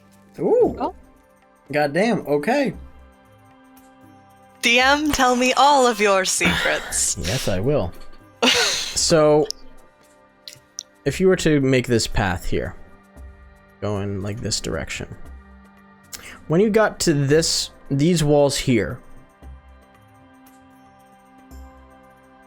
the petroglyphs seem to be a little bit more hastily made. Where there was once care and obviously a lot more effort put in, this one just seems like they put these ones on just so they were here. And you can see these four-limbed creatures up on what looks like a hill, probably a sand dune, and looking out to what looks to be an ocean. You can see like where they drew in waves, and on those waves you see a sailing ship. And you move further down, you see this sailing ship is broken. It's broken in half. And there are other people that they seem to be conversing with. They look... The only difference in the petroglyph is that these people have less arms. And then there's nothing. And then this wall here is blank. Well, there's some possibilities, and I'm not sure how many of them I actually like. First of all, there's some sort of ocean, it seems, somewhere in the vicinity of this place. And second, it seems that there was a ship that was broken, washed ashore, probably people, humans, I mean, aboard. And then it ends, which tells me that either well, something happened to the inhabitants of this place, and I, for one, doubt it was good. Any So other there's- thoughts? There's an ocean around here? Or this place as used to be an ocean? Far as I can tell, that's a good point. At one point in time, there was some sort of an ocean around here. They're all gone. Everyone here is gone, and I suppose we haven't gone looking for bones, but... well. Very curious. Indeed. And only slightly alarming. Yes. Well, what now? Do we want to go investigate some of the other huts, or just take a wander? Not a bad idea for sure. I don't know. These are kind of neat paintings, I guess. They are. Theodore, I have a plan. What's your plan? We take your bottle, we put it outside, and we say ocean. Oh gosh. I'm not sure that's a thing. Okay, but what if? But what if? Well, what if though? Whoever has the brain cell, kindly return it. To who? Good question. Someone perhaps with common sense, but I mean, if you want to try, I shan't stand in your way. As far as I know. Where do you think the water comes from, though? Because that's something I've been wondering. It's fresh water, isn't it? We've been able to drink it. Yeah, it's fresh, clean water. I have no clue. Do we think that it's just created from thin air, or perhaps it's taken from a location? Must I be mean, borrowed from like, something. If we were There's to a bunch tie- of like. Go Sorry. on. No. There's like a bunch of different planes and whatnot. There's got to be one that's just made of like water. But then what would that do to the ecosystem? The introduction of new external water? Ugh, there's enough You're here to write a whole saying paper big upon. words. You're saying big words. I'm gonna go say ocean outside. It explodes. No, I can't. Oh, dear. Theodore steps outside with Robert, gets like 10 feet away from the building, points it towards like where they entered town. Okay, this is either gonna be very big or do nothing at all. Pops open the decanter. Ocean. Initially, it does nothing, and then just a little drip of water spills out from the from the opening, and that's it. Theodore just kind of shakes it upside down. Huh. Well. Yeah, ocean does nothing. Well, good. I wasn't planning on drowning today after being almost eaten by worms. Ocean! Tries it again. Nothing. Okay, well, had to be sure. I'll cast a big gust at Theodore. When he yells ocean. Goodness. Theodore. Oh. Strength Theodore saving turns throw. her- Oh my okay, God. yeah. You got it. 13. It was a 16. You can push 5 feet away. Theodore whips around. Geyser. Up. Strength saving throw. Oh god. Oh, -1. Cool. 14. Okay, you're fine. But you are wet. Well, Great. Chell, this is very amusing. Don't you think? I suppose I don't know if I've had worse forms of entertainment. It ain't I bad. mean, I could do worse. Besides, he'll dry off in like 5 minutes in the sun. Oh, true. This damn sun. Well, shall we continue I could- investigating? Yes. Sure, if anyone needs sprayed down, I've got you. Oh, please. I'm gonna step Quite out refreshing. in a good distance away. Oh, wait. Okay, that wasn't sarcastic. Sorry. No, it is not. This is hellish weather. Yeah. Shale, I gotta be honest, like, sometimes I can't tell. I'm not the smartest man. Well, I'll do my best to be more forthcoming about when I'm being sarcastic and when I'm not. Specifically in direction to you. Thank you. And he'll say fountain, put his thumb over the hole, and just kind of give a nice mist. She just like stands there basking in it like all right, I think that's quite enough of that. Thank you. Excuse me. Well, I will gladly take some after you give some to Hema. of course. And, continue the cycle. Yeah, continues the cycle of cooling down everyone. It's pleasant. Excuse me. Yeah, he'll just say Gallon kind of misted it himself. Right on. You guys have a nice little... Man, this is the beach episode. We got I sand wish it and were we an got actual- water. And worms. And we got worms. Full body shiver at that one. Alright, so you all cool down, get a little bit of water on you. What are you doing? Theodore would have ended up wandering to one of these. Okay. Taking a look. Sure. Investigation check. You got it. 3! Ooh. This is a really big bowl. Yo, it's a really big... fountain. Oh, goodness. How much does 5 gallons fill the bowl? Not a heck of a lot. This literally is like a 10-foot by or a 10-foot diameter basin. It's not incredibly deep, but Okay. He places the decanter, like, he kind of puts it up against, like, the wall of the thing so that it would, like, splash into the wall and, like, curve around so it's not splashing out of the bowl super Right. hard or anything. Mm-hmm. Hey, Robert, watch this. Yeah. Geyser. 30 gallons. Oh God. 30 gallons fills it and it starts to overflow. Anyway, Whoa.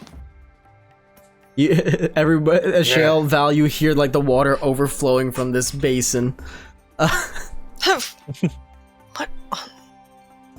well, I wanted to see what happened if I filled it. I mean, who knows? It could have, like, done something. I don't know. God, I love science. Yo, wait, Robert, what happens if we fill them all? Oh my God. That could be the thing. Theodore is now running around, excitedly filling all of them one by one. Well, then it actually does something. I know. Everyone else can go do other things. Theodore is busy. You summon Blub Blub, the water god. Oh no. Uh-oh. Oh, he's a God again. god. My old enemy. Uh-oh. At long last. Well, Val, while they're preoccupied, care to go investigate that odd building at the very front across from the silo we took refuge in with me? That was what I was thinking. Let's go. And we shall set out on a little trek. I'm All gonna tell Hema to just go play in the water. And she will love it. It is literally just a little doggy pool. She's not leaving. Looking into that odd circular building, you can see that there are the remains of a large bonfire, though it is mostly covered in sand now. You can see that this roof, albeit destroyed for the most part, it was definitely meant for some form of sun covering. I'm gonna have the both of you make. Actually, no, I'm not gonna have both of you make it. Your passives are good enough. Mostly Shale's. But looking at the bonfire, you'll see that it's not made of logs. It's made of lumber. Cut lumber. Interesting. Very interesting. What do you make of it? If it's cut lumber, then you definitely had more actual trees around. Yeah. Certainly seems that way, though I've only really seen those scraggly trees over there. Yeah. I suppose they could have brought the lumber in from elsewhere. They must have. There's no way they had it here. No. Certainly not. Or at least it doesn't seem very likely. No. What about these? And I'm going to come look at the hooks. Okay. These things. Make a history check. Ooh, fun. History? I'm not very good at it. Never mind, I'm excellent. 19. 19. All right. Roll for memory. Ooh. Give me something good. 51. Partial memory. So these hooks, you would recognize are for drying meats, or specifically what comes to your mind is fish. Particularly big ones by the looks of them. But you'd recognize the hooks. Like there's a difference between a meat hook and a fish hook for drying them or just putting them up on a rack. Meat hook, supposed to pierce through the meat. The fish hooks, well, they go in through the mouth and out the gills to hold on to them. So they're two-pronged. And you recognize that. And you almost just unexpectedly and autonomously, you kind of say under your breath, just like home. I'm going to say that, and then I'm immediately going to just, stand there blinking for a solid 30 seconds. Just, cataloging this. Okay.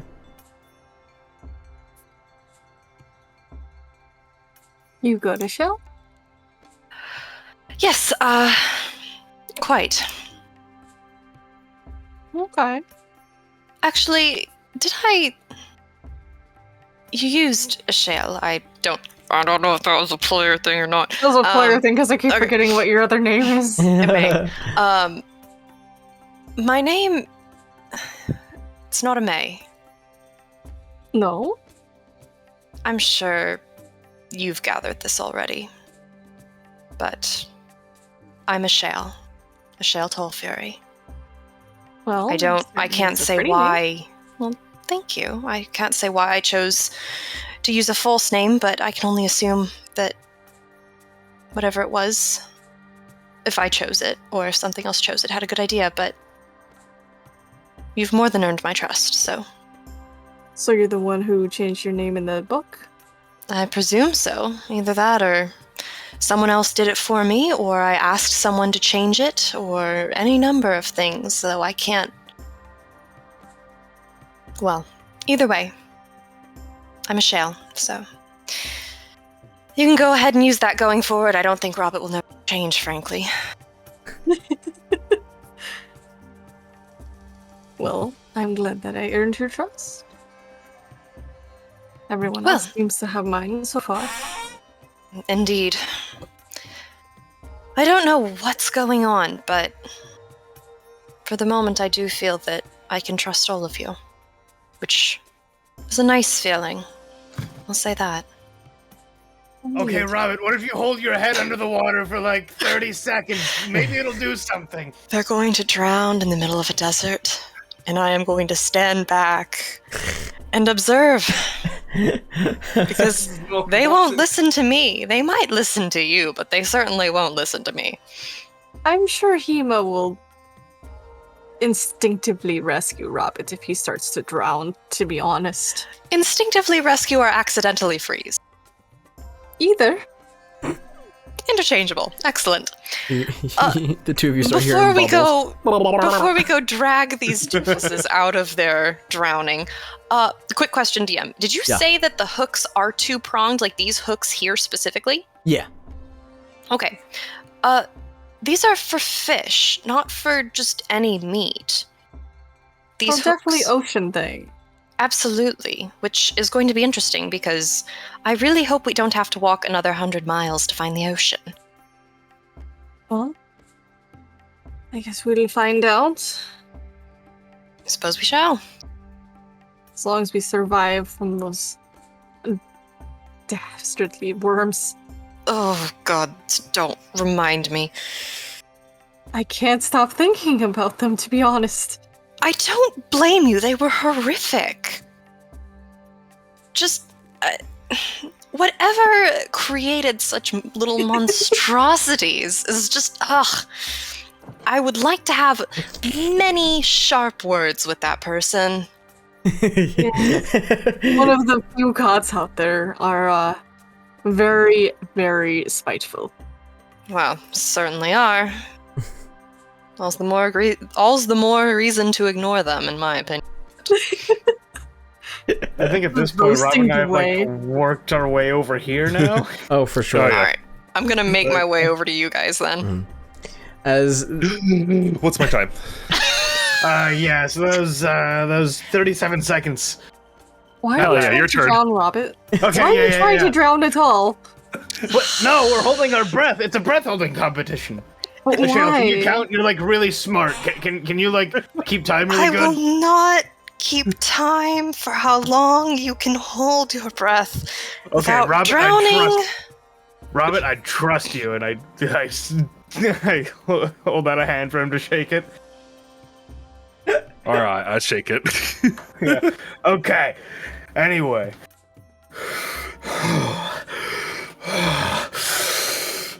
Then he dunks his head in. make a Constitution saving throw just because people are watching now. Yeah.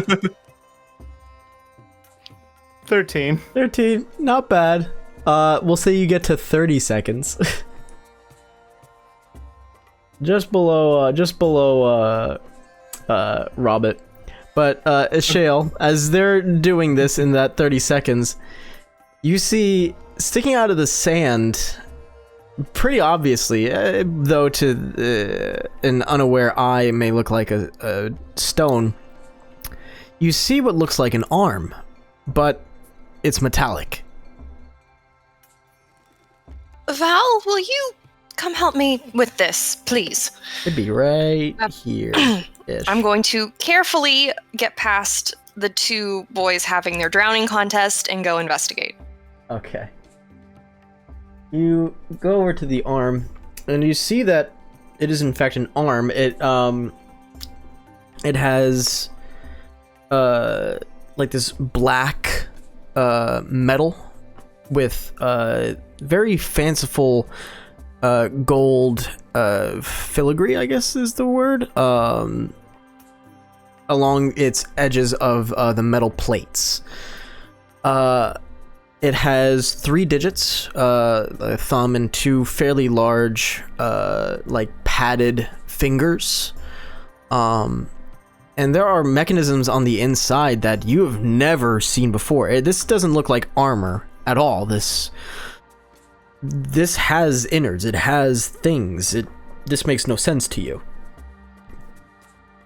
Val? Yes?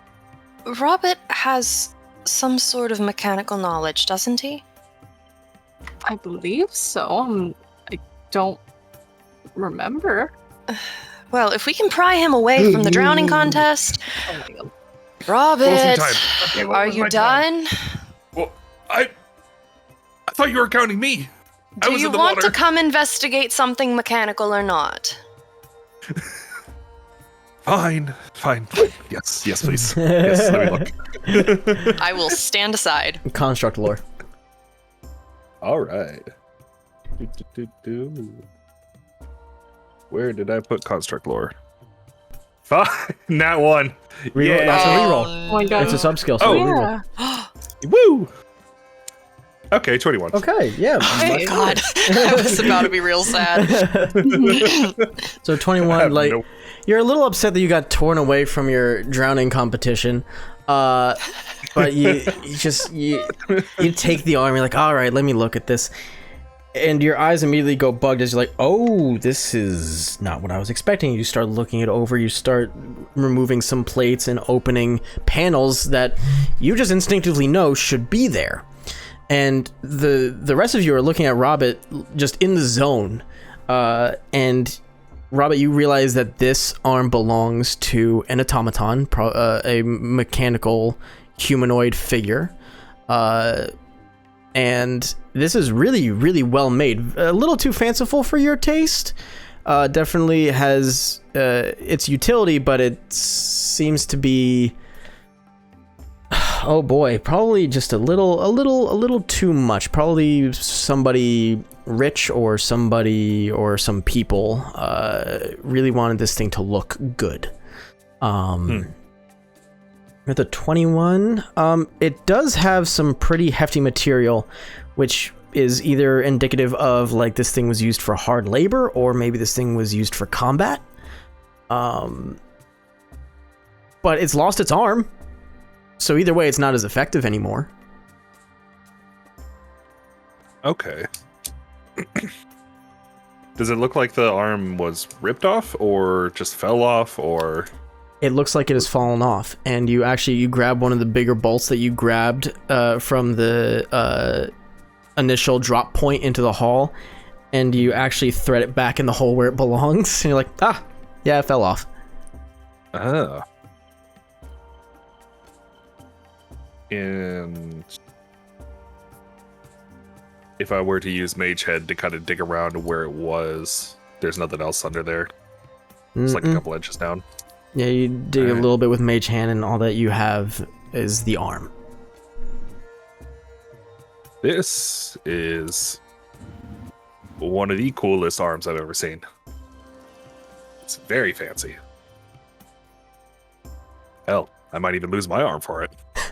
Please I don't. just started like shaking it. Oh, no. Well, I hope we don't have to find whatever had this thing. Hopefully not. And it doesn't look like it has any like weapon attachments or anything to it, right? No, definitely does not seem that way. The mechanisms of this arm are definitely, they're not brand new. This seems to have been weathered and damaged to the point where like the gears are dull. The pads on the hand are like they're peeling and the cushions are breaking apart. The little hydraulics that this thing has are barely functional. This is either old or it's just so heavily damaged, and with the 21, it looks mostly by weather. And forgive me if you said this, was this as a replacement for an arm, or was this for like a mechanoid? This was definitely for a mechanoid, a robot, if you will. Interesting. Well, it's not much use to us, but I will keep it if neither of you want it. You can keep it. I've no use for it. If I were to hold two of the fingers, can I use it as one of those finding rods to find water?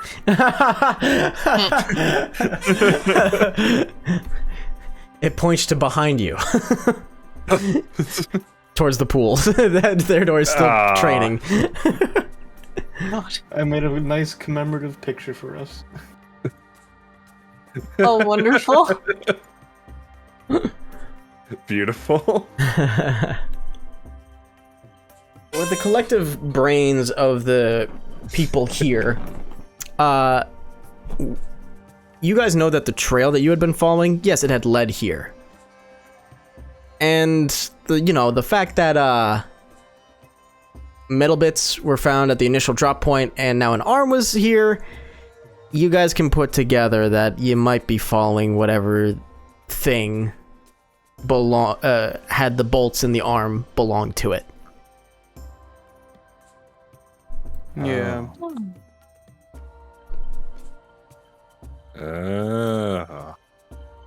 Does it look like any trails leading out?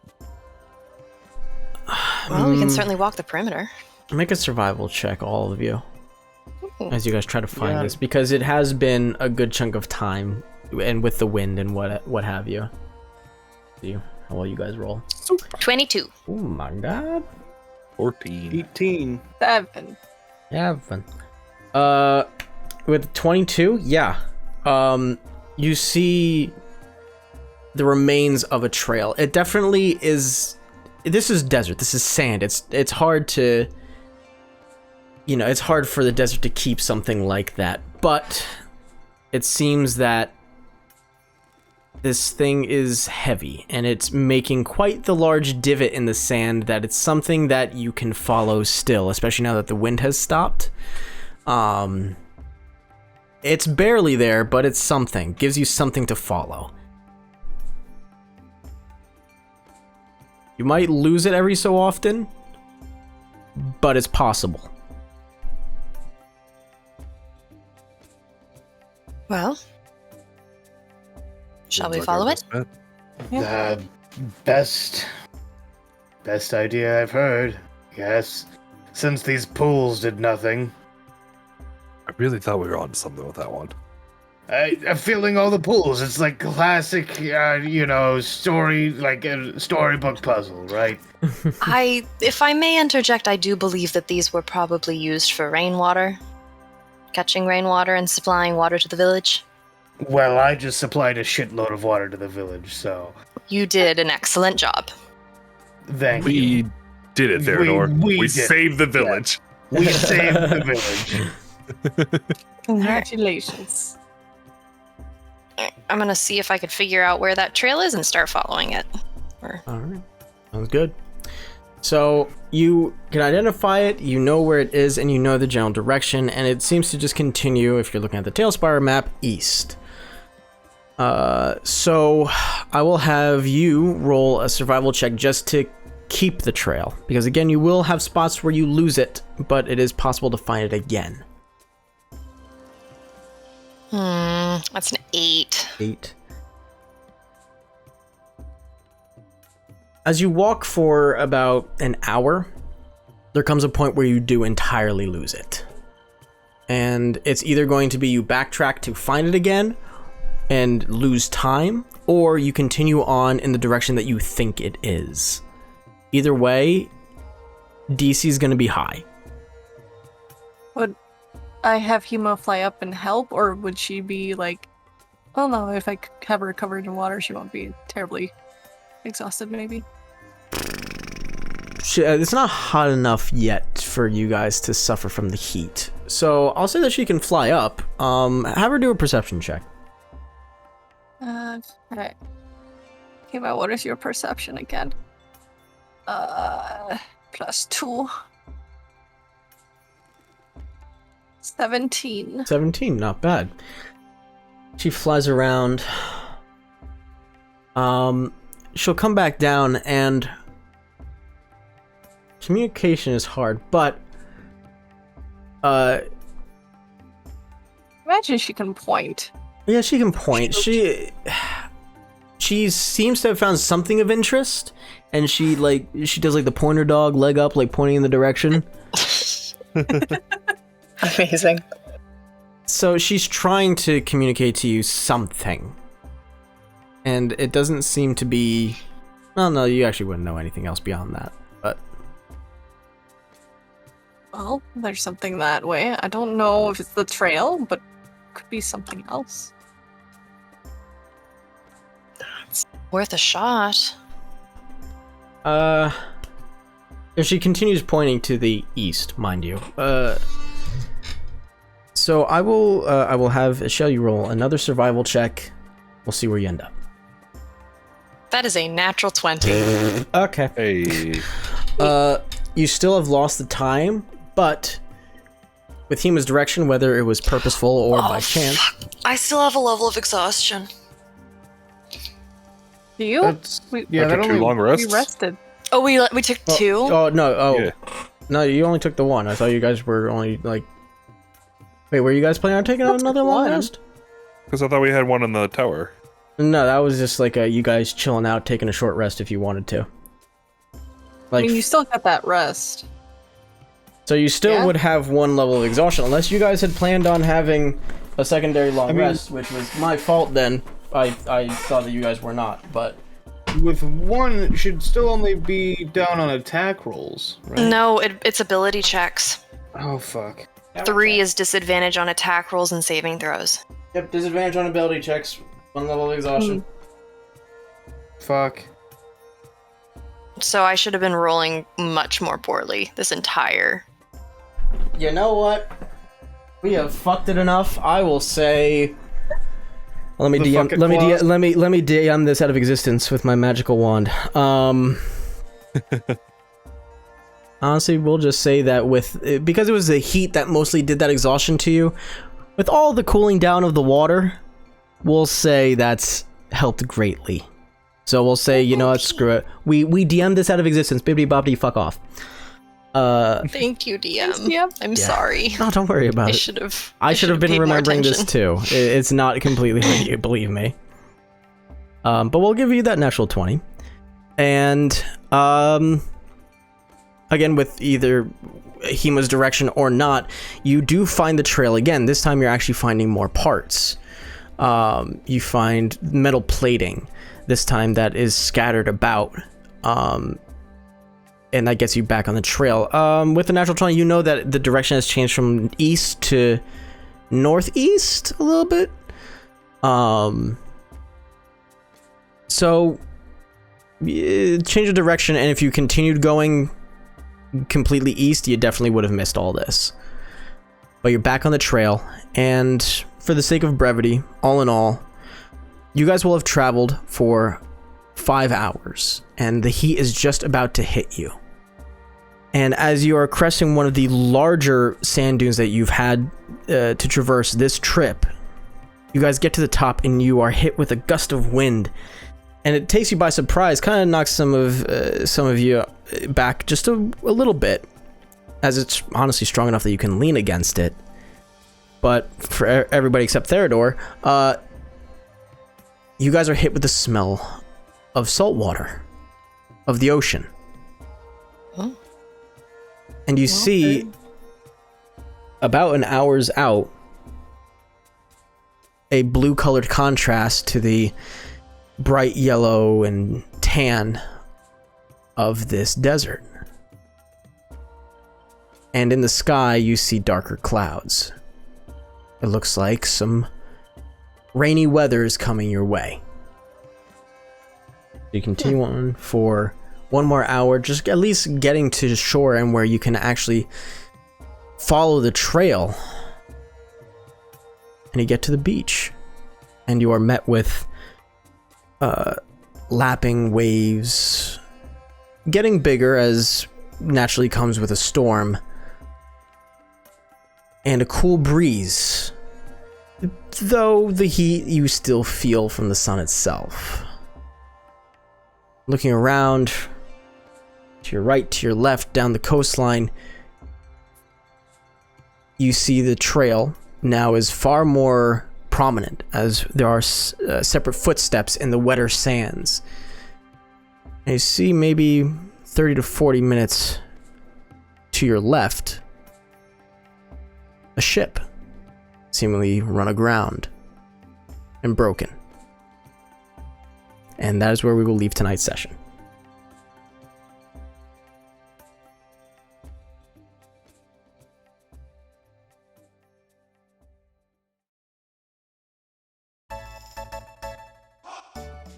Also, we're hearing Zach pretty well. Are you? Yeah. Alright, I'm gonna close this door. I'll be right back.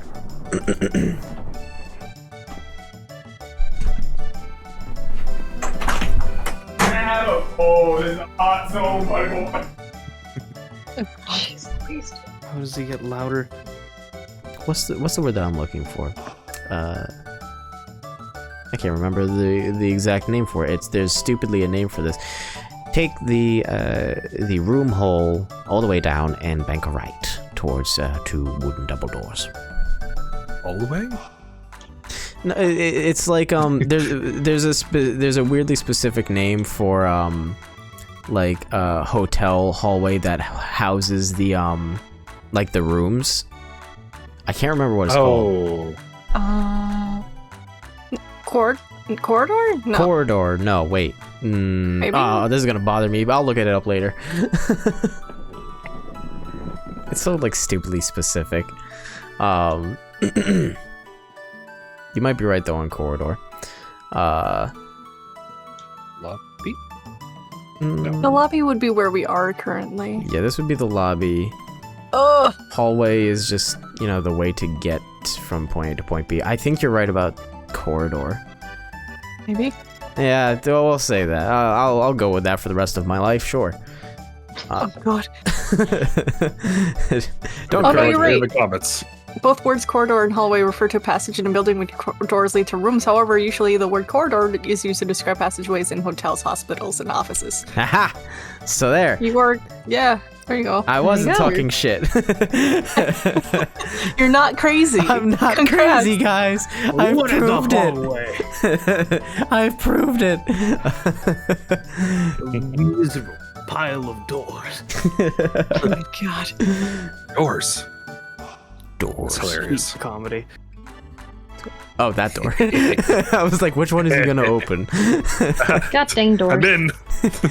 Can't tell me now, Mr. Darren. I will kill you. Terrifying. I'm leaving. Ray. Yeah. If it's not spoilers, what was up with the water? Oh, there Was was it bad if we went in the river? no. Fucking. Turns out it was just fine. Normal fine. water.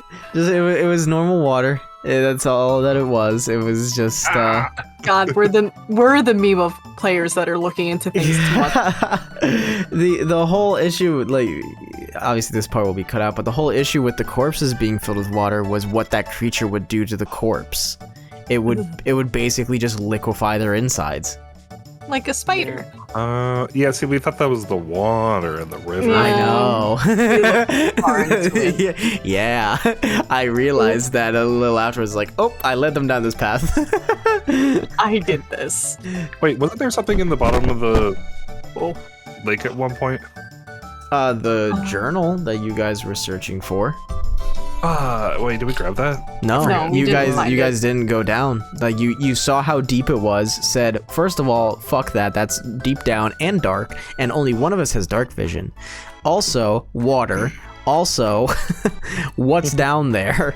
And then you guys found ballista fish and said, nope. Yeah. If he's down there, there's always more than one. I'll be right back. Yep.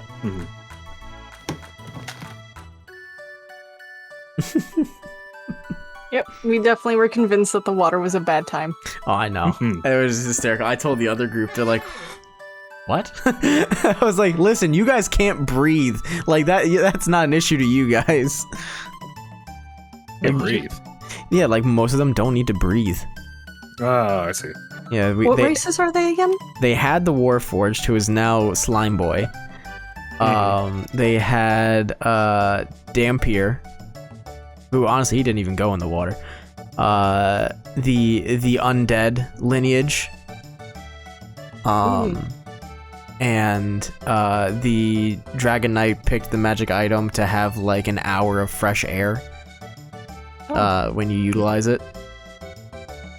I was like, oh, yeah, most of you literally don't need to breathe.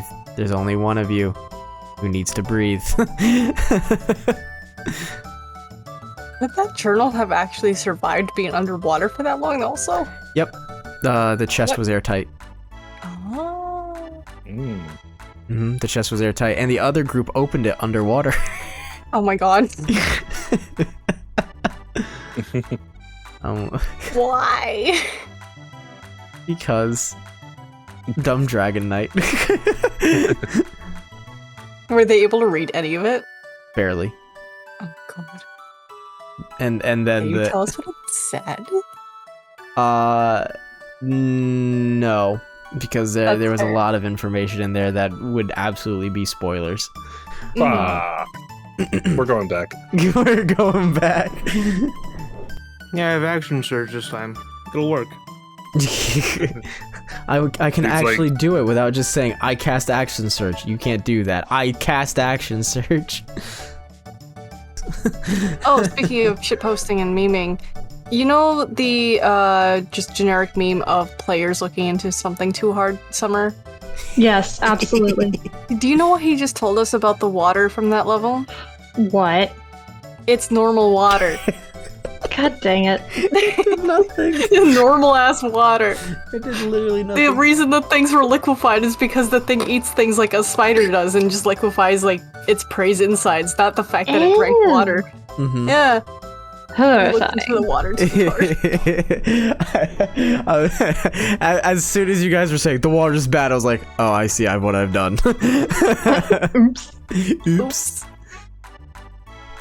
You know what, too? Like, so I can tell you guys. Originally, how the corpses were and all of that. That's not how they were for the other group.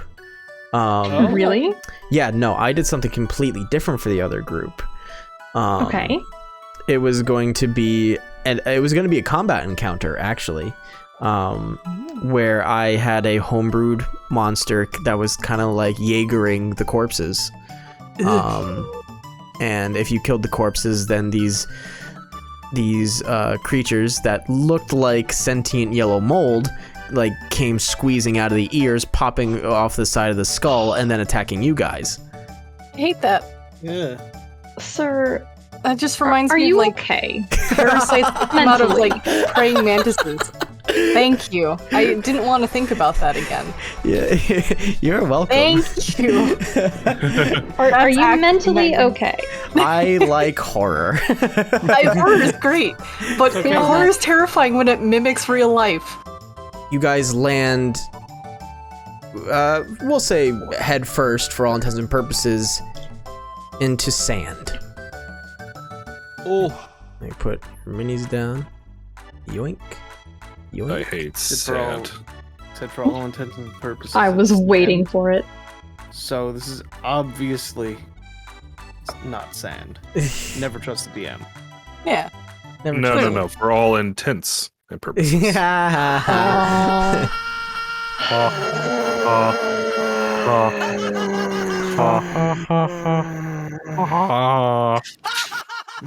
Nope, I'm gonna nope, I'm done.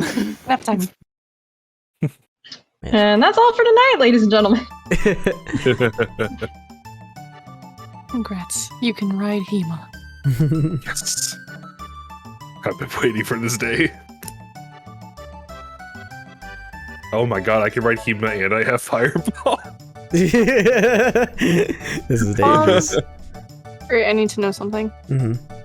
You've gone hiking a lot, right? Oh, of course. Have you shat in the woods? Oh, yeah, are you kidding me? Okay. I just needed to Absolutely. be sure. Uh, Spider sent me a tweet that was like, if you're a regular hiker, and you will probably have to take a surprise secret shit outdoors someday, and you'll never forget it. It's like, well, yeah, of course, if you go hiking, you're gonna take a shit, because it's like, all right, you've been gone for 5 hours, and you're on top of a mountain, and you have 5 hours to get back. You're gonna shit somewhere along those lines. You're eating granola bars, for Christ's sake. right. Right, you're a dirty woods pooper? Yeah, damn right. Yeah. You want to know what my best pooping in the woods story? Oh my god, that's cute. Of course there's a story, yeah. Yeah, of course there is. Are you kidding me? New Mexico, we had gone into Colorado for a little R&R thing. And I was by myself camping, and I was like, yep, time to go. I'm feeling it. And it was early in the morning. Go out, find my spot, whatever. I hear rustling. No big deal. And then I hear like a... I'm like, Oh no. I turn on my headlamp. I look over, and it's a bull elk. What? Oh no, that's worse actually. Oh god. And the worst part was, it was rutting season. It was Uh-oh. like, you bet your ass if I had a lever on my ass, I would. That was like a soft serve machine. I pinched it off. I'm like, nope, doing it later. I pulled up my pants and that thing just stared me down as I hobbled away. I was gonna say, at least if you ran into a bear, black bears are scaredy cats. But elk and moose are fucking terrifying and will destroy you. No, 100%. Oh my god. Well, I'm glad you didn't get trampled by it. Me too. Especially while shitting, because imagine just like someone finding your body, and it's just you in a position of just you shitting and also trampled. It's like, what happened here? What the fuck? Oh god. Took a breather after the third hall's excursion, and then thought it best to just move it along, not dally, and get onto the fourth hall. Can you guys hear Zach in the background? Yes. Very much so. Alright. Yes.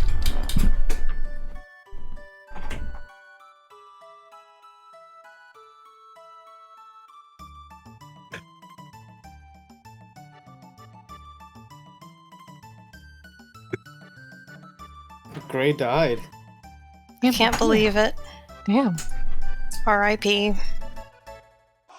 As a cooldown, I have made a meme. Oh, beautiful. Oh my god. The splish splash. Biting my ass. Real life parallel. I learned how to be a lifeguard and save people from drowning. I also very much learned how to drown a bitch. Yeah? Learned how to drown a bitch. This is a lot of like childhood trauma, or not trauma, fears all in one. Like tremors and things burrowing into me. No. Yep.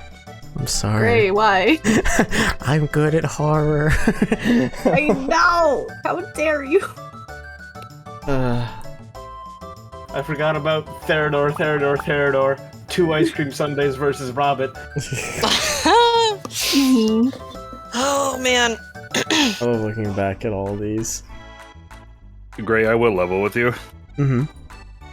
I have one irrational fear. And you having no prior knowledge to this. Oh. And then using it against me. Oh, Oh no. Oh no! Oh There- no! I'm so sorry. Oops. Like, No was- longer irrational fear. it would, like, if we were a person, you could see the moment my soul left my body when you were describing this shit. Oh no. Are you good? Are you Yeah, good? no. That's why I had to take a break. I was just like, I gotta get up. Oh, Yeah, I get sorry. that. Oh no, I'm an asshole. I had no, well, like you said, I had no idea. Oh my god. God, we even talked about that at work today. Thank you. Putting that under the Burn? things not to put into perpetual night. Yes, what did you say, Spider? Bug spurring? Yeah. We were talking about it is botfly season, and it is not uncommon to find botflies in the skin of animals.